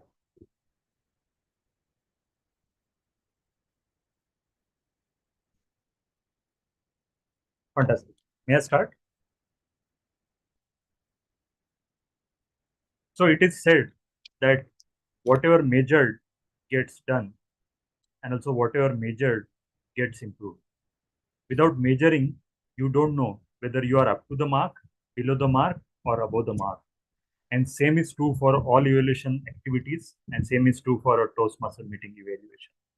If we measure how things went in the meeting, in the next meeting, we can do better. So with that thought, my section would involve obviously speech evaluation for the member who has given speech, and then the evaluation of the overall meeting and what is the report of grammarian, R counter, and timer. And in the end, I will give my general evaluation for overall meeting. So to start with, I would like to invite Toastmaster Rakesh to give evaluation of L1P4 speech for visiting Toastmaster Praveen. And before that, I'll quickly request Toastmaster Shreyansh to give timing guidelines. So for the speech timing, for the speech evaluations timing, the qualifying time will be 2 minutes, and the speaker can speak up to 3 minutes 30 seconds, and after that, it will be considered as disqualification. Over to you, Toastmaster Prapesh. Yeah, hi. Thank you, Shreyans. So today I will be evaluating the speech of Toastmaster Praveen, which was a fabulous topic, something that resonated with me as well. So the first thing that came to my mind when I heard of bionics was something on artificial intelligence and advanced engineering, as the name suggests. And after all, in today's day and age, if you're not talking about machines, then we aren't learning. I can assure you that when I say this, there was no euphemism intended. And Toastmaster Praveen didn't disappoint at all. So the key highlights that I felt in his speech were making a very good visual connection between burrs and Velcro. Even I didn't know that. I had to Google, and dwelling right into the topic. The speaker was very confident about the topic being discussed and had a good grasp on the subject matter, which was very impressive. The speaker was very well informed. That is one of the plus points of a very informative speech. You spoke about the use of bionics in everyday life, such as using of hands, promotes mechanical movements such as lifting the cup, and even the neurological brain transfer from the hand or the artificial limbs to the brain and how it transfers back to a movement, which is excellent. But as they say, that no feedback is complete without room for improvement.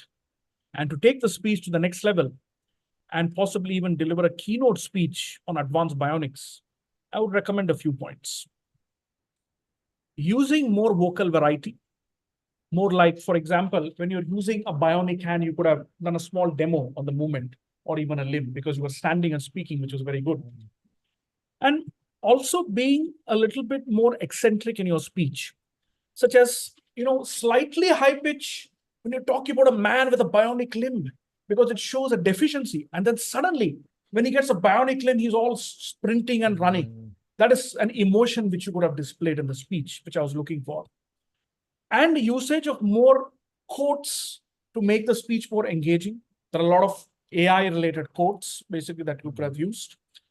And one thing which I found was missing the speech, which you could have definitely used to add color to the speech, was a very personal anecdote and a personal touch that would have made the speech even more interesting. Say, for example, your personal tries with bionics, or maybe even your family member who would have faced some kind of a calamity and is now using maybe a bionic limb or ham or some other kind of a body part that has been replaced artificially, who is doing exceedingly well now.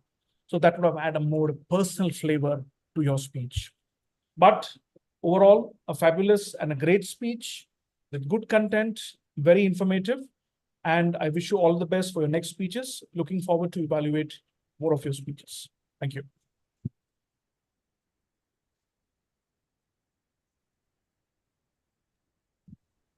Thanks a lot, Toastmaster Rakesh, for evaluation of the speech from Toastmaster Praveen. As we know, Toastmaster is a as we know and we have experienced that Toastmaster meeting is a holistic meeting. There are prepared speeches, there are table topics, there are roles, and then there are evaluation. In the same way, the evaluation also needs to be holistic. You need to get evaluated for your grammar, your fluency, how much time you consume, and whether you had any ums or pauses in between. So let's start with the holistic evaluation. And to that effect, first, I would like to start with Toastmaster Deepak to come and present the R counter report and the timing. There are no timing guidelines, but as we are nearing to the planned meeting time, I'll request you to take the time accordingly. Toastmaster Deepak. Thank you, Toastmaster Rupesh. Are you able to see my screen?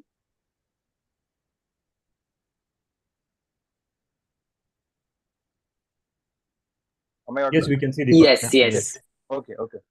So Toastmaster Mitesh, since he was the team out and he has to speak so much, so he has used catchwords 5 plus times, filler words also 5 plus times. Toastmaster Sai has used catchwords 5 plus times. Toastmaster Rakesh has used catchwords 3 times and one filler word. Toastmaster Praveen has used two filler words. Toastmaster Tariq has used one catchword. Toastmaster Shreyans has used two filler words. Toastmaster Kapesh has used two catchwords and two filler words. And guest Yugmala has used two catchwords. So to improve on these filler words and catch words, I think it would be good if we start doing we start making pauses wherever necessary. For example, there are good speakers. For example, Atal Bihari, who used to take the pauses, but still he used to convince the things so properly. So taking the pause at the right time could be the good idea, and accordingly, we can remove our catchwords also because it gives us time to think upon the topic also. Thank you, Toastmaster Sukesh. Thanks a lot, Toastmaster Deepak, for your account report. Now I'll request Toastmaster Shreyans to come forward and present his report, as well as after the end of your report, Shreyans, you can launch the polls for the respective sections. Over to you, Toastmaster Shreyans. Thank you, Toastmaster Krupesh. I'll quickly share my screen. So I hope my screen is visible. So for the speech, TM for now, I firstly talk about all the disqualification that we had. Toastmaster Praveen for the prepared speech, Toastmaster Sai Prasad and Toastmaster Tariq for the table topics. And I also forgot Toastmaster Praveen for the table topics too. And now for all the qualification, we have Toastmaster Deepak, Toastmaster Krupesh, Toastmaster Shreyansh, Guest Yugmala, and Toastmaster Praveen, or Guest Yugmala for the table topics. And evaluation done by Toastmaster Rakesh was also perfect, was on point. So for all the day disqualification, I would just like to use the idiom of the day, that they are bitten off more they can chew. I hope I've used it correctly. Toastmaster Gabrielian, please tell me further after the tips. So yeah, now I'll quickly launch the polls too, just after Toastmaster Praveen's report. Over to you, Toastmaster Kripesh. Thanks a lot, Toastmaster Shreyans, for your report. Now I'll request our first time grammarian, Toastmaster Sai Prasad, to come and present his report. Thank you, Toastmaster Krupesh. I would first like to start with the good usage of language, and I would like to commend Toastmaster Praveen and Toastmaster Rakesh on their excellent use of language without any grammatical mistakes. For the not so good use of language, I noticed that many of us misplace or misuse the right articles that is supposed to be used, and unnecessarily adding the or a that kind of obstructs the flow of your speech. Another usage problem that I detected was using the right tense and using the plural form whenever necessary and the singular form whenever necessary. So I would advise that we pay attention to these more closely in the future. And for the usage of word of the day and idiom of the day, I would like to commend our guest Yugmala and Toastmaster Rakesh and Toastmaster Krupesh for using the word of the day correctly. And for idiom of the day, I would like to commend Toastmaster Shreyansh on the usage of the idiom of the day. Thank you. Thanks a lot, Toastmaster Sai Prasad.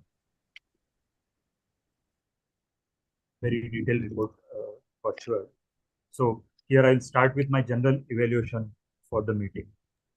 Sorry, Toastmaster Krupesh, for the interruption, but I will be launching polls right now, so everyone can vote.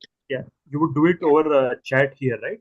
on Zoom. Yeah, okay. I'm doing on Zoom only, so you can directly vote directly from the interface.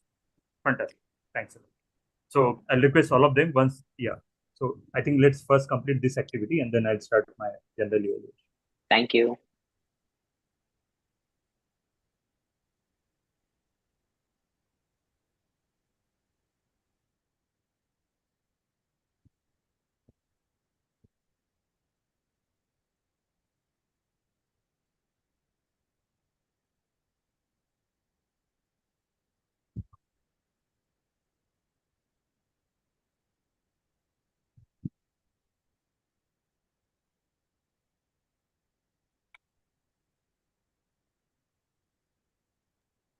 Okay, let's move on to the next one.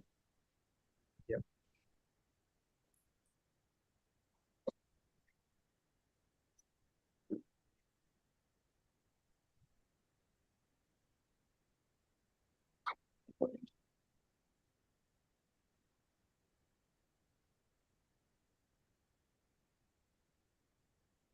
And the big three will do after my part of the section, right? So Yes. yeah, may I start now then? Yes, you can start till the time participants are voting. Yeah, sure. So what is the difference between practice and deliberate practice? So practice is mindless repetition of something, while deliberate practice is after each set, you take a pause, evaluate TGR and TGW, things gone right, things gone wrong.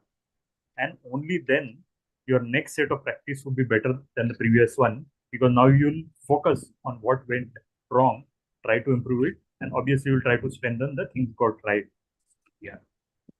So that's where evaluation section is very important. For our next meeting to happen better than this, we all need to evaluate, understand our strength, understand our weaknesses, and then very strongly focus on the weakness area. So I'm very glad Toastmasters Reyansh, today meeting started dot on time at 11 o'clock. One of the few meetings, as Toastmaster Deepak keeps on mentioning, that we don't generally start on time. Well begun is half done. So kudos to all of us and Toastmasters Reyansh who played the role of Sa to start meeting on time at 11 o'clock. And you also explained all the codes which we all need to follow during the meeting. So kudos to Toastmasters Reyansh for that. Presiding officer Deepak, you had a very good and enthusiastic start. As a part of protocol, you also invited guests and asked to share their expectation and from the meeting. So that was the right step to do. If there is one small point I can highlight, Toastmaster Deepak, is fluency is one area of improvement we can improve when you are doing your previous part as a presiding officer. Moving on to Toastmaster Mitesh, I think today's meeting is many firsts. So Toastmaster Mitesh doing his first EMOD, me doing my first general evaluation, Toastmaster Sai Prasad doing his first grammarian role, and Toastmaster Shyam doing his first table topic section. So yeah, first time is always special, as they say. So it was a special meeting from that perspective.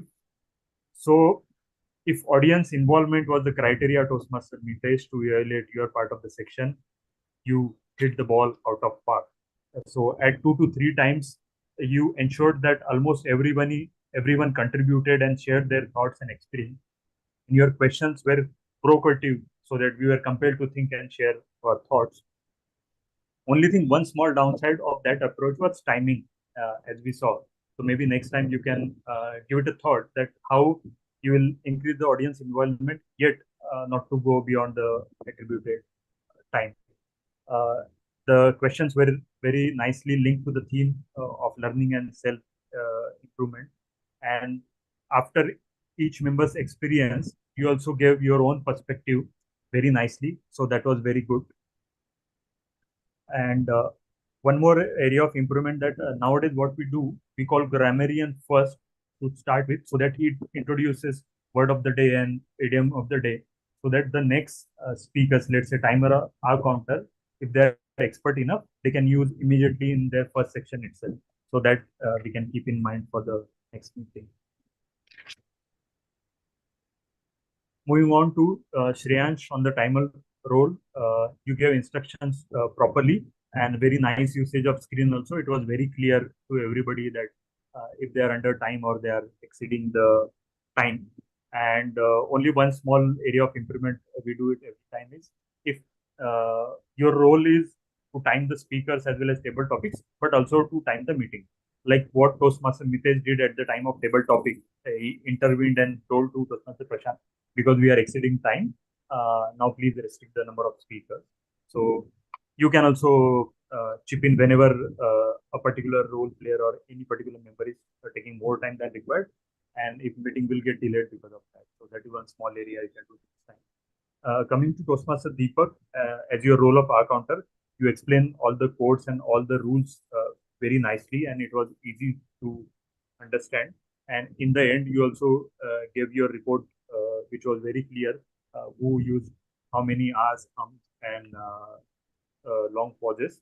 So that was useful for all the members to improve on future. Sai Prasad, you introduced idiom as well as word, holistic as well as to bite off more than one can chew. So on that, I would like to say this, that do we bite off more than we chew, or do we enter into a mode where we bite less than what we can chew? So I think what we should do is, once we should bite off more than what we can chew, then we know what is our baseline, and then the next time you can bite off how much you can really chew. So it will match fantastically. So Sai Prasad, your clarity of speech is fantastic. When you speak, when we are hearing, we feel that okay, you have thought about it, and delivery is very nice. And you also have a natural gift of little bit of baritone voice like Amitabh Bachchan. So I think you can always use your voice to your advantage, and it's very fantastic natural gift you have got. And you use that when you explain about your role, as well as when you give report. You also mention nice usage of English and tense, as well as not so correct usage of English and tense. So that's an important parameter from a grammarian perspective, and you shared that well. So kudos for that. Moving on to the book review of Rakesh. So it's a fantastic initiative, and thanks a lot for sharing book review for us. So what this initiative does is, one person reads, and 20 people who are in audience get the benefit of not having read the book, as well as get a precise summary. So thanks a lot, Toastmaster Rakesh, for pushing all of us to introduce this section in the meeting, as well as sharing your learning from Ikigai today. So that went very well, very useful. And table topic section, again, first timer Toastmaster Sham. Very relevant topic, very relevant question to the theme. It was nicely matched. And your commentary after each and every table topic was also very relevant. It was connecting to what person has already contributed. So that went very well. One faux pas which happened today is, I don't know whether Sai Prasad, you were able to see the timer card or not. You spoke for almost 4 to 5 minutes. So maybe next time, I don't know whether someone from the forum should switch on their mic and tell that time is exceeded. But that's learning for table topic master, as well as Sai Prasad, you at your personal level. The timing is 1 to 2 minutes, and at max people speak for 3 minutes. But yeah, first time, so that's okay. It was a trial ball. So, and talking about the speech evaluation of Toastmaster Praveen's speech by Toastmaster Rakesh, I don't have anything to add, but I liked the thought you expressed, that personal anecdotes, either from speaker side or something which happened to speaker's family or friends, increases the emotional quotient, empathy of the speech, and audience feels more connected to the speaker. So I'll also reiterate the same thought, and it is true for all our speeches, what we are going to give in our upcoming meetings. So we all can remember and add that emotional quotient or personal story in all our speeches going forward. So that's all from my side as a general evaluation. Over to you, Toastmaster Mitesh. Thanks a lot. Thank you, Toastmaster Krupesh, for such a detailed general evaluation. I think it was very thoughtful. It was very informative about the mistakes that we have made, and we will take care of it in, on the upcoming meetings. And now moving ahead with the again with the closing of the meeting. So obviously, I think in this meeting, we many of the speakers played the roles for the first time. For example, I played the Toastmaster of the day for the first time. Of course, after a lot of refusals and hesitation, but I think it was a great experience for me, and um, I love the the experience of today's meeting, and I think a lot of Toastmaster Krupesh has said that he's also playing General Evaluator's role for the first time, and Toastmaster Sai Prasad is playing the grammarian, and Toastmaster Sham has played table topic speaker for the first time. So I believe I think this is the start of self learning. I think this is the grabbing the mini learning opportunities. That could be the first step to start your self learning process. Obviously, as we all are here to improve our communication skills, this taking up the mini learning opportunities are one of the other ways through which we can improve our skills. And ending with the theme of today's meeting, that is self learning. So I would just give a final statement that about from the economics, we have learned the concept of necessities of life: food, clothing, shelter, health, and education. There are five necessities of life.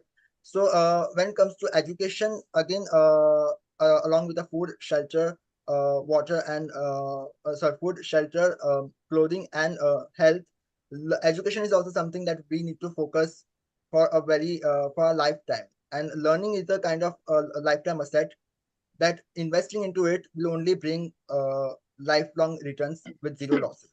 So that's it from my side. And finally, to our guest Yugmala, I would like to, if you can share your feedback for us. What was your experience? Thank you, Toastmaster Mitesh. To be very honest, I had a wonderful experience. I was not expecting so much, to be very frank, but thank you to each one of you. And I would like to say that it's a very thoughtfully done and organized session.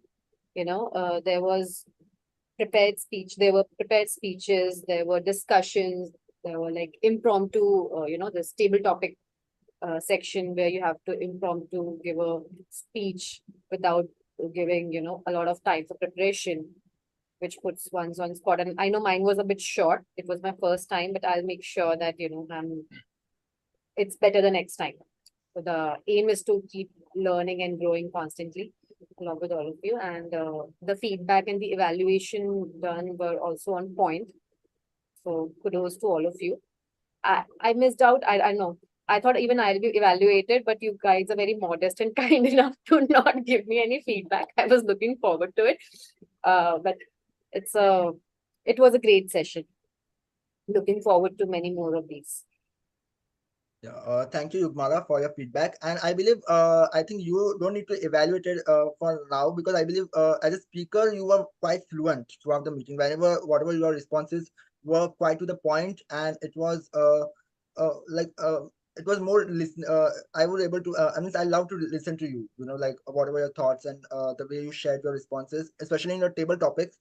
It was interesting, and you were within the time limit. So that was also an achievement as a table topic speaker. So yeah, now I like to call presiding officer for the ending remarks. Thank you, Toastmaster Mitesh, for conducting such a wonderful session. Just adding one more dimension to the what we have discussed till now. That is something called listening. Yes. So listening is something and very important thing for our self learning, because when we say, then in that case we say what we know, okay, but when we listen, then we can know about something which we don't know. So listening is very important in all walk of life. And would close my remark by saying the famous quote by Jim Rohn, who is the famous investor and investor and motivational speaker, that formal education will make you a living, and self education will make you a fortune. So that's very the quote which always which quote I always like. And at last, I'll request the visiting Toastmaster Praveen to share the feedback that how our meeting was, and if he can recommend anything which he does in his club. If you can share your any feedback. Yeah, so I enjoyed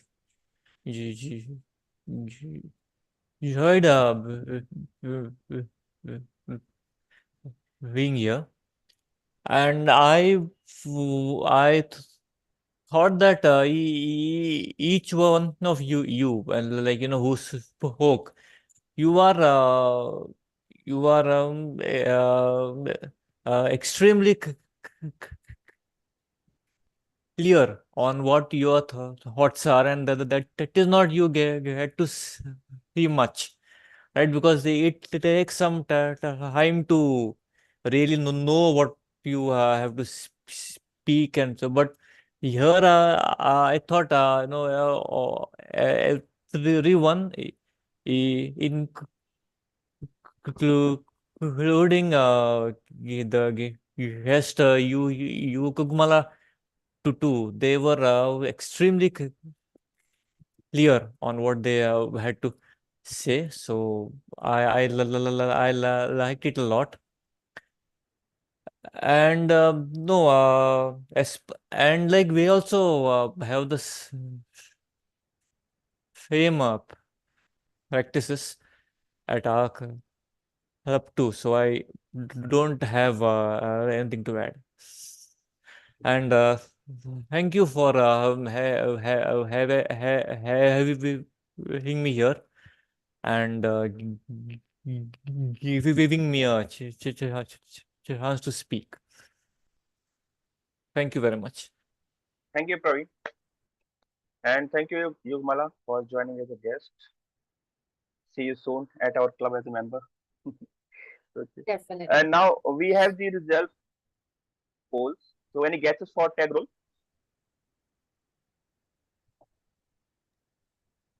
Except Rupesh, Shreyans. Shreyans will not guess. Rupesh, No, I was not a tag role player. Toastmasters Sai Prasad, yeah, I think, for this time. maybe So it's a Shreyans. so it's a tie between Sai Prasad and Shreyans. Super. And any guesses for table topic master? I think I it, want to guess this, but I can't. I think it could be Toastmaster Krupesh or Yeah, Rupesh. guest Rugmala. Yeah. Yugmala or Yeah, so it's Toastmaster Krupesh. For evaluation, any guesses? There was only one participant. So it was only Toastmaster Rakesh. Thank you. Okay. And the last and very important, one of the important, okay. Best of big three. Toastmaster Rupesh. Rupesh. I think it was tough today, Mitesh, as It- well as It was also Sham. great. Yeah, I think Toastmaster Krupesh and also Toastmaster Sham. I think he played really interesting table topics. Okay. So it was great that all the three were new for their role, and all three has really done amazingly job. But the winner is Toastmaster Mitesh. Hmm.